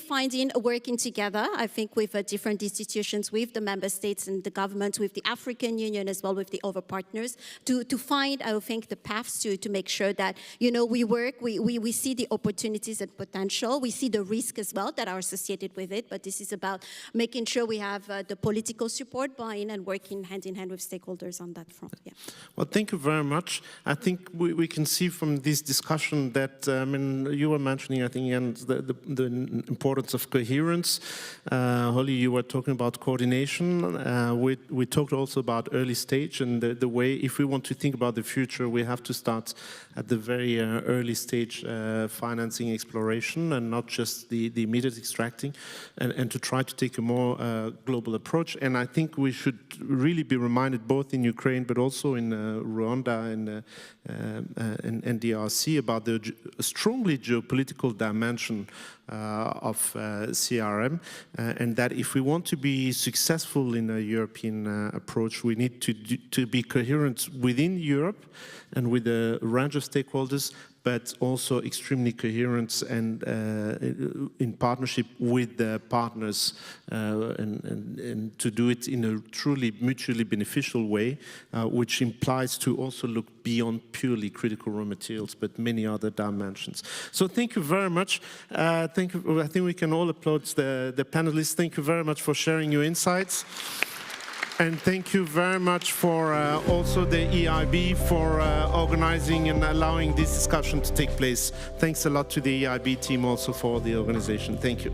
Thank you so much to the panelists. Thank you very, very much indeed. And just to highlight, there will be a Space Resources Week where we will talk about critical minerals as well. And that will be held here in May, in this very room, in fact.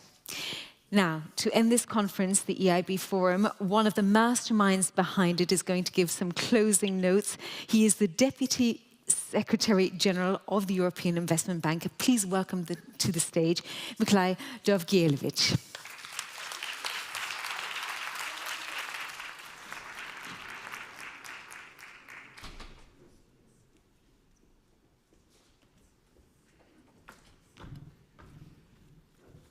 Ladies and gentlemen, now I see that indeed the lights are quite strong here from the stage. Ladies and gentlemen, thank you for bearing with us for a short moment before lunch.